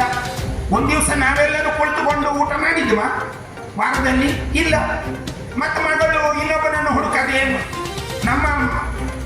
ನಮ್ಮವರನ್ನು ಹುಡುಕ್ತಾಳ, ಮಗ ನಮ್ಮವರನ್ನು ಹುಡುಕ್ತಾನ, ಯಾರನ್ನ ಬೇರೆಯವರನ್ನು ಹುಡುಕ್ತಾನೆ. ಯಾಕೆ ಈ ಸ್ಥಿತಿಯನ್ನು ನಾವು ತಂದುಕೊಂಡಿದ್ದೀವಿ ಅಂದರೆ ಅವಸರ, ಎಲ್ಲದಕ್ಕೂ ಅವಸರ, ಗಡಿಬಿಡಿ. ಪುರ್ಸೊತ್ತು ಇಲ್ಲ ಅಂತ ಹೇಳೋದು, ಪುರ್ಸೊತ್ತು ಇದ್ದದ್ದೆಲ್ಲ ಮೊಬೈಲಲ್ಲೇ ಹೋಯ್ತು. ಮತ್ತೆ ಪುರ್ಸೊತ್ತು ಎಲ್ಲಿರೋದು? ಹಿಂದೆ ಎಲ್ಲ ಪುಸ್ತಕ ನೋಡಿಕೊಂಡು ಬದುಕ್ತಾ ಇದ್ವಿ, ಗೌರವ ಇತ್ತು. ಈಗ ಮೊಬೈಲ್ ಇಟ್ಕೊಂಡು ಬದುಕ್ತಾ ಇದ್ದೀವಿ, ಗೌರವ ಕಡಿಮೆ ಆಗ್ತಾ ಬಂದಿದೆ. ಅಲ್ಲಿಂದ ಬರುವಾಗಲೂ ಕಿವಿಯಲ್ಲೇ ಇರ್ತದೆ. ಯಾರ ಹೇಳಿಸ್ಬೇಕು ಇವ ಬರಕ್ ಹೋಗೋವನಲ್ಲಿ ಮಾತಾಡ್ತಾ ಇದ್ದಾನೆ ಅಂದ್ರೆ ಆ ಸ್ಥಿತಿಗೆ ನಾವು ತಂದುಕೊಂಡಿದ್ದೇವೆ. ದೌರ್ಭಾಗ್ಯವನ್ನೇ ನಾವು ಆ ಥರ ತಂದುಕೊಂಡಿದ್ದೇವೆ. ಪರಸ್ಪರ ಸಂಬಂಧ ಇಲ್ಲ, ಪರಸ್ಪರ ಪ್ರೀತಿ ಇಲ್ಲ, ಪರಸ್ಪರ ಭಾವನೆಗಳು ಸರಿ ಇಲ್ಲ. ಈ ಸ್ಥಿತಿಯಿಂದ ನಾವು ಹೋಗ್ಬೇಕು ಅಂತ ಸತ್ಯನಾರಾಯಣ ಕಥಾಪೂಜೆಯನ್ನು ಮಾಡೋದು. ಸರ್ವತ್ರ ವಿಜಯ. ನಮ್ಮ ದೇಶ, ನಮ್ಮ ಮನೆ, ನಮ್ಮ ತನ ಇದು ಸರ್ವತ್ರ ವಿಜಯವಾಗಿರ್ತದೆ ಎನ್ನುವುದರ ಕಾರಣಕ್ಕೇನೆ ಈ ಸತ್ಯನಾರಾಯಣ ಕಥಾಪೂಜೆ ನಮ್ಮ ಮಧ್ಯಕ್ಕೆ ಬಂದದ್ದು. ಇದರಲ್ಲಿ ಯಾವ ಪುರಾಣವೂ ಇಲ್ಲ, ಯಾವ ಶಾಸ್ತ್ರವೂ ಇಲ್ಲ, ಯಾವ ವಿಚಾರವೂ ಈ ಪೂಜೆಯ ಒಳಗಿಲ್ಲ. ಸರಿ ನೋಡಿಕೊಳ್ಳಿ, ಈ ಪೂಜೆಯಲ್ಲಿ ಯಾವ ಶಾಸ್ತ್ರವೂ ಇಲ್ಲ. ಪುರೋಹಿತರು ಹೇಳ್ತಾರಲ್ಲ, ಅದು ಯಾಕೆ ಹೇಳ್ತಾರೆ ಗೊತ್ತೋ? ನಮ್ಮ ಒಳ್ಳೆತನಕ್ಕಾಗಿ, ನಾವು ಒಳ್ಳೇದಾಗಬೇಕು ಅಂತ ಈ ಪೂಜೆ ಬಂದಿರೋದು. ಅಂದ್ರೆ ಇದು ಸಮೂಹ ಪೂಜೆ. ಇಲ್ಲಿ ಆದಿತ್ಯಾದಿ ನವಗ್ರಹ ದೇವತೆಗಳು ಬರ್ತಾರೆ, ಇಂದ್ರಾದಿ ಅಷ್ಟದಿಕ್ಪಾಲಕರು ಬರ್ತಾರೆ, ದೇವಾನು ದೇವತೆಗಳು ಬರ್ತಾರೆ, ಸತ್ಯನಾರಾಯಣ ಲಕ್ಷ್ಮೀನಾರಾಯಣನಾಗಿ ಬರ್ತಾನೆ. ಅಂದ್ರೆ ದಂಪತಿಗಳಾಗಿ ಬರ್ತಾರೆ ಅವರು. ಅದಕ್ಕೋಸ್ಕರ ಇದು ಒಂದು ಕುಟುಂಬದ ಪೂಜೆ. ನಾವೆಲ್ಲ ಭಾರತ ದೇಶದಲ್ಲಿ ನಾವೆಲ್ಲ ಕುಟುಂಬ, ನಾವು ಮರ್ತು ಬಿಟ್ಟಿದ್ದೀವಿ ಅದನ್ನ. ಯಾರೋ ಬಂದಿದ್ದಾರೆ ಅಂತ ಅವ್ರಿಗೆ ಬಿಟ್ಟುಕೊಟ್ಟಿದ್ದೀವಿ. ಇವತ್ತು ಅವ್ರನ್ನ ಬಂದ ಅವ್ರದ್ದು ಸರಿ ಇಲ್ಲ, ಅವ್ರದ್ದು ವಿದ್ಯೆ ಏನು, ಅವ್ರದ್ದು ಮಂದಿರ ಏನು ಅಂತ ನಮ್ಮನ್ನೆಲ್ಲ ಪ್ರಶ್ನೆ ಮಾಡ್ತಾ ಇದ್ದಾರೆ. ಹೇಳ್ತಾರಲ್ಲ, ನಿನ್ಗೆ ದೇವರೆಷ್ಟು? ನಾವು ಹೇಳ್ತೇವಲ್ಲ 33 ಕೋಟಿ. 33 ಕೋಟಿ ದೇವತೆ ಅಂದ್ರೆ ಹೇಗೆ ಲೆಕ್ಕ ಮಾಡ್ತಾ ಹೋಗೋದು? ಎಲ್ಲುಂಟು 33 ಕೋಟಿ? ನಮಗೆ ಕೃಷ್ಣನೇ ಗೊತ್ತಿಲ್ಲ, ನಮಗೆ ರಾಮನೇ ಗೊತ್ತಿಲ್ಲ, ಅವನೇ ನೆನಪಾಗಲ್ಲ. ಈಗಿನ ಮಕ್ಕಳಲ್ಲಿ ಕೇಳಿ, ITBT ಕಲ್ತಿರ್ತಾರಲ್ಲ, ಆ ಮಕ್ಕಳಲ್ಲಿ ಕೇಳಿ ಲಕ್ಷ್ಮಣ ಯಾರು ಅಂತ. I don't know. ಹಾಗೆ ಹೇಳಿಬಿಡ್ತಾರೆ, ನನಗೆ ಗೊತ್ತಿಲ್ಲ ಲಕ್ಷ್ಮಣ ಯಾರು, ನನಗೆ ಗೊತ್ತಿಲ್ಲ. ಕಡೆಗೆ ನಿಮ್ಮ ಅಪ್ಪನ ಹೆಸರೇನು ಅದೇ ಗೊತ್ತಿಲ್ಲ. ಅಂದ್ರೆ ಮರೆವು ಆ ರೀತಿ ನಮ್ಮನ್ನು ತಗೊಂಡು ಹೋಗ್ತದೆ. ಈ ಮರೆವನ್ನು ನಾವು ಸರಿ ಮಾಡಬೇಕಾದ್ರೆ ಇಂತಹ ಕ್ಷೇತ್ರಗಳಿಗೆ ಬಂದು ಸಮಾಜ ಒಗ್ಗಟ್ಟಾಗಿ ನಮ್ಮ ತನವನ್ನು ಉಳಿಸುವ ಕೆಲಸ ಮಾಡಬೇಕು. ಆ ಮೂಲಕ ನಮ್ಮ ಸ್ಥಾನ ವ್ಯವಸ್ಥೆಯನ್ನು ಭದ್ರ ಮಾಡಿಕೊಳ್ಬೇಕು. ನಾಳೆ ಯಾರೋ ಹೊರಗಿನವರು ಬಂದರು ಅಂತ ವಿಚಾರಿಸದೆ ಒಳಗೆ ಬಿಟ್ಟರೆ ಈಗ ಚಡ್ಡಿಗೆ ಯಾಕೆ, ಪ್ಯಾಂಟಿಗೆ ಯಾಕೆ, ಲುಂಗಿಗೆ ಯಾಕೆ ಬರ್ತದಂತೆ ಮುಂದೆ. ಈ ಗ್ಯಾಂಗ್ಗಳು ಯಾಕೆ ಬರೋದು ಗೊತ್ತಾ? ಮನೆಯಲ್ಲಿ ಯಾರೂ ಇಲ್ಲದ ವೇಳೆ ಇದನ್ನೆಲ್ಲ ಹೊತ್ಕೊಂಡು ಹೋಗಲಿಕ್ಕೆ ಬರ್ತಾರೆ. ನಮ್ಮ ಚಿನ್ನವೂ ಹೋಗ್ತದೆ, ನಮ್ಮ ಮಣ್ಣು ಮಸಾಲ ಬಂಡವಾಳ ಇದ್ದದ್ದು ಎಲ್ಲ ಹೋಗ್ತದೆ. ಜಾಗೃತಿ ಇರಬೇಕು ಅಂತಾರೆ. ಈಗೆಲ್ಲ ಚಟಿಗೆ ಶುರುವಾಗಿದೆ. ಪೊಲೀಸರಿಗೆ ಇದೇ ಕಾಟ, ಆ ಚಟಿಗೆ ಎಲ್ಲೋಯ್ತು ಅಂತ ಹುಡುಕೋದೇ ಕಾಟ. ಈಗ ಎಲ್ಲಿ ನಿಲ್ತಾರೆ ನೋಡಿ ಪೊಲೀಸರು, ಒಂದು ಚಟಿಗೆ ಹುಡುಕೋದ್ರಲ್ಲಿ ಇರ್ತಾರೆ, ಇನ್ನೊಂದು ಕಡೆ ಕೇಸ್ ಬರೆಯೋದ್ರಲ್ಲಿ ಇರ್ತಾರೆ. ಬೇರೆ ಕೆಲಸ ಇಲ್ಲದ ಹಾಗಾಗಿದೆ. ಅಂದ್ರೆ ಇದನ್ನು ನಾವು ಅರ್ಥ ಮಾಡಿಕೊಳ್ಬೇಕು. ನಮ್ಮ ಸಮಾಜವನ್ನು ನಾವು ರಕ್ಷಣೆ ಮಾಡಬೇಕು, ನಮ್ಮ ಧರ್ಮವನ್ನು ನಾವು ಉಳಿಸಬೇಕು ಅಂತಲೇ ಇವತ್ತು ನಮ್ಮಲ್ಲಿ ತುಂಬ ಮಕ್ಕಳು ಸಂಘಟನೆ ಅಂತ ಹೋಗಿ ತುಂಬ ಕೇಸ್ ಹಾಕೊಂಡಿದ್ದಾರೆ. ನಮ್ಮ ಮಕ್ಕಳು ಕೇಳುವವರು ಯಾರು? ನಮಗೆ ಪ್ರಾಣಿಶ್ರಮ ಏನು ದೂರ ಇರ್ತದೆ, ನೀವು ಕೇಳಿದ್ದೀರಾ ಇಲ್ವಾ ಅಂತ. ಪ್ರಾಣಿಶ್ರಮ ಕೇಳ್ತಾನೆ ಇರ್ತೇವೆ. ಪುಣ್ಯಕ್ಕೆ ಇಂತಹ ನಾಯಕರು ಇವತ್ತಿಗೂ ಸಮಾಜದ ಮಧ್ಯದಲ್ಲಿ ಆ ಕೆಲಸ ಮಾಡ್ತಾ ಇದ್ದಾರೆ. ಹಾಗಾಗಿ ಇವತ್ತು ಪ್ರಾಣೇಶರು ಉಪಸಭಾಪತಿಯಾಗಿದ್ದಾರೆ. ಆ ಯೋಗ್ಯತೆ ಉಪಸಭಾಪತಿಗಳಾಗಿದ್ದಾಗ ಸಮಾಜವನ್ನು ನೋಡ್ತಾ ಇದ್ದಾರೆ. ಹಾಗಾಗಿ ಆ ಮಕ್ಕಳೆಲ್ಲ ಕೇಸ್ ಹಾಕಿ ಸಮಾಜವನ್ನು ಕಟ್ಟಿದ್ರಿಂದ ಇವತ್ತು ಗೋವು ಕೂಡ ಸ್ವಲ್ಪ ಸಮಾಧಾನ ಇದ್ದಾರೆ, ಇಲ್ಲದೆ ಗೋವಿಗೂ ಸಮಾಧಾನ ಇರಲಿಲ್ಲ. ನಮ್ಮ ತಾಯಿ ಅವಳಿಗೂ ಸಮಾಧಾನ ಇರಲಿಲ್ಲ, ಇವತ್ತು ಸ್ವಲ್ಪ ಅವಳಿಗೆ ಸಮಾಧಾನ ಬಂದಿದೆ. ಹಾಗಾಗಿ ನಮ್ಮ ಶಿಕ್ಷಣ ವ್ಯವಸ್ಥೆ ನಮ್ಮನ್ನ ಹಾಳು ಮಾಡ್ತಾ ಇದೆ ಎನ್ನುವುದಕ್ಕಿಂತಲೂ ಶಿಕ್ಷಣ ಹೇಗೆ ಮಕ್ಕಳಿಗೆ ಕೊಡ್ತೇವೆ ಎನ್ನುವುದರ ಕಡೆಗೆ ನಮ್ಮ ಗಮನ ಇರಲಿ. ನಮ್ಮ ಮಕ್ಕಳ ಸಂಸ್ಕಾರ ಯಾವ ಕಡೆ ಹೋಗ್ತಾ ಇದೆ ಎನ್ನುವುದಕ್ಕಿಂತಲೂ ಯಾವ ಕಡೆ ಇರಬೇಕು ಎನ್ನುವುದರ ಕಡೆ ನಿಮ್ಮ ಗಮನ ಇರಲಿ. ವಾರದ ಒಂದು ದಿನ ಮನೆಯಲ್ಲಿ ಕುಳಿತುಕೊಂಡು ಎಲ್ಲರೂ ಒಟ್ಟಿಗೆ ಕುಳಿತುಕೊಂಡು ಊಟ ಮಾಡುವುದನ್ನು ಕಲಿಯಿರಿ. ಆ ಊಟದಲ್ಲಿ ಭಾವನೆಗಳು ಇದೆ. ಅಮ್ಮ ಮಾಡಿಕೊಟ್ಟ ಆ ಸಾಂಬಾರ ಸಾವಿರ ಪದಾರ್ಥಗಳಿದ್ದಾವೆ. ಆ ಸಾಂಬಾರದಲ್ಲಿ ರುಚಿ ಒಂದೇ ಇರೋದು, ಉಪ್ಪು, ಹುಳಿ, ಖಾರ, ರುಚಿ ಅಷ್ಟೇ. ಹಾಗಾಗಿ ಸ್ವಲ್ಪ ಉಪ್ಪು ಕಡಿಮೆ ಆದರೂ ರುಚಿ ಬದಲಾಗತ್ತೆ, ಖಾರ ಸ್ವಲ್ಪ ಹೆಚ್ಚಾದರೂ ಹಾಳಾಗತ್ತೆ, ಹುಳಿ ಸ್ವಲ್ಪ ಹೆಚ್ಚಾದರೂ ಹಾಳಾಗತ್ತೆ. ಹಾಗಾಗಿ ಅಮ್ಮ ಜತನದಿಂದ ಮೂರು ಚೆನ್ನಾಗಿರ್ಬೇಕು ಅಂತ ಮಾಡಿಕೊಡ್ತಾಳೆ. ಅದನ್ನು ಸವಿತಾ ಮನೆಯ ಸೌಭಾಗ್ಯವನ್ನು ವೃದ್ಧಿ ಮಾಡುವ ಪ್ರಯತ್ನ ಮಾಡಿ. ಅದಕ್ಕೋಸ್ಕರನೇ ಸತ್ಯನಾರಾಯಣ ಕಥಾಪೂಜೆಯನ್ನು ಈ ರೀತಿಯಲ್ಲಿ ಮಾಡಿಸೋದು. ಧರ್ಮಸ್ಥಳ ಗ್ರಾಮಾಭಿವೃದ್ಧಿ ಯೋಜನೆ ನಮ್ಮನ್ನೆಲ್ಲ ವರ್ಷದಲ್ಲಿ ಒಮ್ಮೆ ಒಟ್ಟಿಗೆ ಹಾಕಿ ಈ ಪೂಜೆಯನ್ನು ಮಾಡುವುದರ ಮೂಲಕ ನಮ್ಮ ತನವನ್ನು ಉಳಿಸಿಕೊಳ್ಳಬೇಕು ಅನ್ನುವ ದೃಷ್ಟಿಯಿಂದ ಈ ಕಾರ್ಯಕ್ರಮವನ್ನು ಅಲ್ಲಲ್ಲಿ ಮಾಡ್ತಾ ಇದ್ದಾರೆ. ಈ ಕಾರ್ಯಕ್ಕೆ ಸದಾ ನಾವು ಧರ್ಮಸ್ಥಳ ಗ್ರಾಮಾಭಿವೃದ್ಧಿ ಯೋಜನೆಗೆ ಬೆಂಗಾವಲಾಗಿರೋಣ. ಆ ಮೂಲಕ ನಮ್ಮ ತನವನ್ನು ಉಳಿಸೋಣ. ಒಂದು ಕ್ಷೇತ್ರ ಉಳಿಸಿದ ಕಾಯಕ ನಮ್ಗಿರುತ್ತೆ, ಇನ್ನೊಂದು ಧರ್ಮ ಉಳಿಸಿದ ಕಾಯಕವು ನಮ್ಗಿರತ್ತೆ ಅಂತ ಹೇಳ್ತಾ ಬಹಳ ಬಾರಿ ನಾವು ಈ ಭಾಗಕ್ಕೆ ಬರ್ತಾ ಇದ್ದೇವೆ. ತುಂಬ ಸಲ ಬಂದೆವು. ನಮ್ಮ ಉಪಸಭಾಪತಿಗಳೇ 2 ಸಲ ಸಿಕ್ಕಿದ್ರು ನಮಗೆ. ಹಾಗಾಗಿ ನಮ್ಗೆ ಅನ್ನಿಸ್ತದೆ ಈ ಭಾಗದಲ್ಲಿ ಹಿಂದಿನಿಂದಲೂ ಪ್ರೀತಿ ಜಾಸ್ತಿ ನಮಗೆ. ಅಂದರೆ ನಾವು ಸಂಘಟನೆಯಲ್ಲಿ ಕೆಲಸ ಮಾಡ್ತಾ ಈ ಕಾರ್ಯಗಳಿಗೆ ನಮಗೆ ತುಂಬ ಒಳ್ಳೆತನ ಸಿಕ್ಕಿದೆ. ಹಾಗಾಗಿ ನಮ್ಮ ಪ್ರಶಾಂತರು ಈಗ ಅವರು ಸೈನ್ಸನ್ನು ಚೆನ್ನಾಗಿ ಅಧ್ಯಯನ ಮಾಡಿ ರಿಲಿಜಿಯಸ್ ಬಿಟ್ಟು ಆಧ್ಯಾತ್ಮಿಕ ಜ್ಞಾನದ ಕಡೆಗೆ ಹೆಚ್ಚು ಒತ್ತು ಕೊಟ್ಟು ಕರ್ತವ್ಯ ಮಾಡ್ತಾ ಇದ್ದಾರೆ. ಆ ಆಧ್ಯಾತ್ಮಿಕ ನಮಗೆ ಬೇಕು ಅನ್ನುವ ದೃಷ್ಟಿಯಿಂದ ನಾವೆಲ್ಲರೂ ಗಟ್ಟಿಯಾಗಿ ಒಕ್ಕೊರಲಾಗಿ ಈ ವ್ಯವಸ್ಥೆಯಲ್ಲಿ ಭದ್ರವಾಗಿ ನಿಲ್ಲೋಣ ಅಂತ ನಿಮಗೆಲ್ಲರಿಗೂ ಆ ಮಂಜುನಾಥ ಸ್ವಾಮಿಯ ಹಾಗೆಯೇ ಧರ್ಮ ನಿಮ್ಮನ್ನು ಶಕ್ತಿಶಾಲಿಗಳನ್ನಾಗಿಸಲಿ. ಆ ಮೂಲಕ ನಮ್ಮ ಮನೆಯ ಸೊಬಗು ಇನ್ನಷ್ಟು ಅಂದವಾಗಲಿ. ನಾವೆಲ್ಲರೂ ಖುಷಿಯಿಂದ ಇರೋಣ ಅಂತ ಹೇಳ್ತಾ ಧರ್ಮ ಮತ್ತೆ ಸಂಸ್ಕಾರ ಇದೆರಡನ್ನು ನಮ್ಮ ಮನೆಯಲ್ಲಿ ಉಳಿಸಿಕೊಂಡು ನಮ್ಮ ತನ ಬಿಡದೆ ನಾವು ಕೆಲಸ ಮಾಡೋಣ. ಆ ಮೂಲಕವಾಗಿ ಸಮಾಜ ಸದೃಢವಾಗಲಿ. ನಾವು ಹೇಗೆ ನಿಯತ್ತಿನಿಂದ ಬದುಕ್ತಾ ಇದ್ದೇವೋ ಆ ದೇಶ ನಮ್ಗೆ ಆ ನಿಯತ್ತನ್ನು ಹೇಗೆ ಕಲಿಸ್ತಾ ಇದೆಯೋ ಆ ನಿಯತ್ತಿನ ಕಡೆಗೆ ನಮ್ಮ ತುಡಿತ ನಿರಂತರ ಇರಲಿ ಅಂತ ನಿಮಗೆಲ್ಲರಿಗೂ ಭಗವಂತನಿಂದ ಪ್ರಾರ್ಥನೆ ಮಾಡ್ತಾ ವಿರಮಿಸ್ತೇವೆ. ಬಲೋ ಭಾರತ ಇರ್ತದೆ ಅಂತ ಎಲ್ಲವೂ ಇದರೊಳಗಿದೆ. ಲೆಫ್ಟ್ ಮತ್ತೆ ರೈಟ್ ಈ ಎರಡು ಒಟ್ಟಿಗೆ ಸೇರಿದ್ರೆ ಅಂಗೈನಲ್ಲೇ ಆರೋಗ್ಯ ಇದೆ ಅಂತ. ಹಾಗಾಗಿ 2 ಕೈ ಒಮ್ಮೆ ಮುಷ್ಟಿ ಮಾಡಿ. ಆ ಮುಷ್ಟಿ ನಿಮ್ಗೆ ಅರ್ಥ ಆಗ್ಬೇಕು. ಬೆನ್ನು ನೆಟ್ಟಗೆ ಮಾಡಿ 2 ಕೈ ಮುಷ್ಟಿ ಮಾಡಿ. ನಿಮ್ಗೆ ಒಮ್ಮೆ ಅದು ಮನಸ್ಸಿಗೆ ಬರಬೇಕು. ಕಣ್ಣು ಮುಚ್ಚಿ ಒಮ್ಮೆ ನಿಮ್ಮ ದೇಹ ಜಡವನ್ನೇ ಬಿಟ್ಟು ದೃಢ ಆಗಬೇಕು. ಆ 2 ಕೈಯ ಮುಷ್ಟಿ ನಿಮ್ಮ ಮನಸ್ಸಿಗೆ ಬರಬೇಕು. ಕಣ್ಣು ಮುಚ್ಚಿ ಒಮ್ಮೆ ಆ ಮುಷ್ಟಿ ನಿಮ್ಮ ಮನಸ್ಸಿಗೆ ಬರಬೇಕು. ಎಲ್ಲ ರೋಗಗಳೊಮ್ಮೆ ನಿಮ್ಮ ಮನಸ್ಸಿನಿಂದ ಹೊರಬರಬೇಕು. ದೇಹದಲ್ಲಿ ಚೈತನ್ಯ ವೃದ್ಧಿ ಆಗಬೇಕು. ಬಲೋ ಭಾರತ ಮಾತಾ ಕಿ, ಬಲೋ ಭಾರತ ಮಾತಾ ಕಿ, ಬಲೋ ಭಾರತ ಮಾತಾ ಕಿ. ಇವತ್ತಿನ ಕಾರ್ಯಕ್ರಮದ ಮುಖ್ಯ ಆಶೀರ್ವಚನ ನೀಡಲು ಬಂದಿರತಕ್ಕಂಥ ಶ್ರೀ ವಜ್ರಾಜಿ ಮಠದ ಸ್ವಾಮೀಜಿ ಆಗಿರತಕ್ಕಂಥ ಶ್ರೀ ರಾಜಶೇಖರ್ ಸ್ವಾಮೀಜಿಯವರಿಗೆ, ಹಾಗೆ ನನ್ನ ಆತ್ಮೀಯರು, ನನ್ನ ರಾಜಕೀಯ ಗುರುಗಳು ಆಗಿರ್ತಕ್ಕಂಥ ಉಪಸಭಾಪತಿಗಳಾಗಿರ್ತಕ್ಕಂಥ MK ಪ್ರಾಣೇಶ್ ಅವರೇ, ಅದೇ ರೀತಿ ನನ್ನ ಆತ್ಮೀಯ ಸ್ನೇಹಿತರು ಆಗಿರ್ತಕ್ಕಂಥ ಗ್ರಾಮೀಣಾಭಿವೃದ್ಧಿ ಇರ್ತಕ್ಕಂಥ ಜಿಲ್ಲಾ ಗ್ರಾಮೀಣಾಭಿವೃದ್ಧಿಯಲ್ಲಿ ಇರ್ತಕ್ಕಂಥ ನಮ್ಮ ಆತ್ಮೀಯ ಸ್ನೇಹಿತರಾಗಿರುವಂಥ ಪ್ರಶಾಂತ್ ಅವರೇ, ದೀಪಕ್ ದೊಡ್ಡೆ ಅವರೇ, ಸುನೀಲ್ ಅವರೇ, ಹಾಗೆ ನಮ್ಮ ಗಣಪತಿ ಸೇವಾ ಸಮಿತಿಯ ದೇವಸ್ಥಾನದ ಅಧ್ಯಕ್ಷರಾಗಿರ್ತಕ್ಕಂಥ ರಾಮಚಂದ್ರೇಗೌಡರೇ, ಗಿರೀಶ್ ಅವರೇ, ಆದರ್ಶ್ ಅವರೇ, ಹಾಗೆ ಗ್ರಾಮ ಪಂಚಾಯತಿ ಅಧ್ಯಕ್ಷರಾಗಿರ್ತಕ್ಕಂಥ ಲಕ್ಷ್ಮಣರವರೇ, ಸಂತೋಷ್ ಅವರೇ, ಗೋಪಾಲ್ ಗೌಡ್ರೆ, ಹಾಗೆ ಗಜೇಂದ್ರ ಅವರೇ, ಭರತ್ ಅವರೇ, ಇಂದ್ರ ಅವರೇ, ಹಾಗೆ ಬಂದಿರತಕ್ಕಂಥ ಅವರೇ, ಹಾಗೆ ವಿಶ್ವ ಹಿಂದೂ ಪರಿಷತ್ನ ಅಧ್ಯಕ್ಷರಾದಂಥ ಮಹೇಶ್ ಅವರೇ, ಭಜಂಗಡದ ಅಧ್ಯಕ್ಷ ಸಂತ ಅವರೇ, ಬಂದಿರತಕ್ಕಂಥ ನಾವೊಂದು ಕಾರ್ಯಕ್ರಮವನ್ನು ಮಾಡಬೇಕು ಅಂತ ಧರ್ಮಸ್ಥಳ ಸಂಘ ಯೋಜನೆಯಲ್ಲಿ ಒಟ್ಟಿಗೆ ಒಂದು ಕೂತ್ಕೊಂಡು ಮಾತಾಡಿದ ಸಂದರ್ಭದಲ್ಲಿ ಈ ಜನಪರ ದೇವಸ್ಥಾನದಲ್ಲೇ ಮಾಡಬೇಕಂತ ಒಂದು ನಿರ್ಣಯನ ಕೈಗೊಂಡ್ವಿ. ಸದನ ಶಿವಾನಂದ್ ಅವರು ಹಾಗೆ ನಮ್ಮ ದೀಪಕ್ ಸರ್ ಅವರು ಕೂತ್ಕೊಂಡು ಒಟ್ಟಿಗೆ ಚರ್ಚೆಯನ್ನು ಮಾಡಿ ಎಲ್ಲರ ಜೊತೆಯಲ್ಲಿ ಕೂತ್ಕೊಂಡು ಚರ್ಚೆಯನ್ನು ಮಾಡಿವಿ ಈ ಕಾರ್ಯಕ್ರಮನ ಮಾಡಬೇಕು ಅಂತ. ಬಹುಶಃ ಬರಬೇಕಾದ್ರೆ ನಾನು ಸ್ವಾಮೀಜಿಯವರ ಹತ್ರ ಮಾತಾಡ್ತಾ ಬರ್ತಾ ಇದ್ರಿ. ದೇವಸ್ಥಾನ ಹೊಸದಾಗಿ ಒಂದು 5 ವರ್ಷದಿಂದ ಪ್ರಾರಂಭವಾಗಿತ್ತು.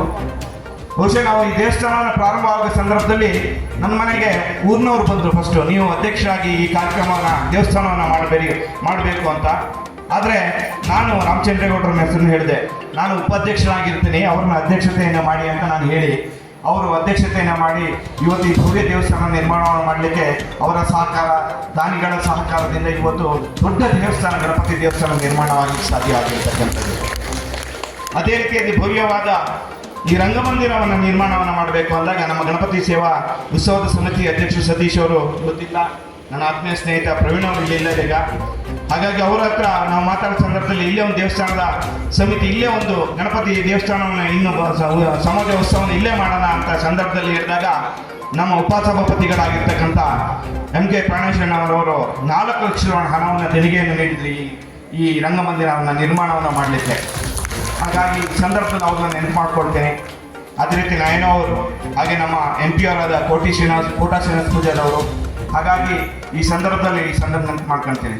ಬಹುಶಃ ನಾನು ಇವತ್ತು ಈ ವೇದಿಕೆಯಲ್ಲಿ ನಾನು ಮಾತಾಡ್ತಿದ್ದೀನಿ ಅಂದರೆ ಸುಮಾರು 4 ವರ್ಷಗಳ ಹಿಂದೆ ಬಹುಶಃ ನನ್ನ ದೊಡ್ಡ ಈ ಜಗತ್ತನ್ನೇ ಕಾಡ್ದಂಥ ಒಂದು ಕೊರೋನಾ ಬಂತು. ಗೊತ್ತಾ, ಆ ಸಂದರ್ಭದಲ್ಲಿ ಬಹುಶಃ ನಾನು ಇರ್ತಿದ್ದೇನೋ ಇಲ್ಲೋ ಅಂತ ಸಂದರ್ಭ ಬಂದಿತ್ತು. ಯಾವತ್ತು ಗಣಪತಿ ದೇವರನ್ನು ತಗೊಬಂದಿದ್ವಿ ಆ ಸಂದರ್ಭದಲ್ಲಿ ನಾನು ಅಧ್ಯಕ್ಷರೆಲ್ಲ ಹೋಗಿ. ಬಟ್ ಅದರ ನಿರ್ಮಾಣ ಮಾಡುವಂಥ ಹಂತದಲ್ಲಿ ಆ ದೇವರು ಗಣಪತಿಯನ್ನು ಕೂರಿಸೋ ಸಂದರ್ಭದಲ್ಲಿ ನಾನು ಕೊರೋನಾ ಆಯಿತು. ಸುಮಾರು 48 ದಿವಸಗಳ ಕಾಲ ಕೊರೋನಾದಲ್ಲಿ ಬಳಲಬೇಕಾಯಿತು.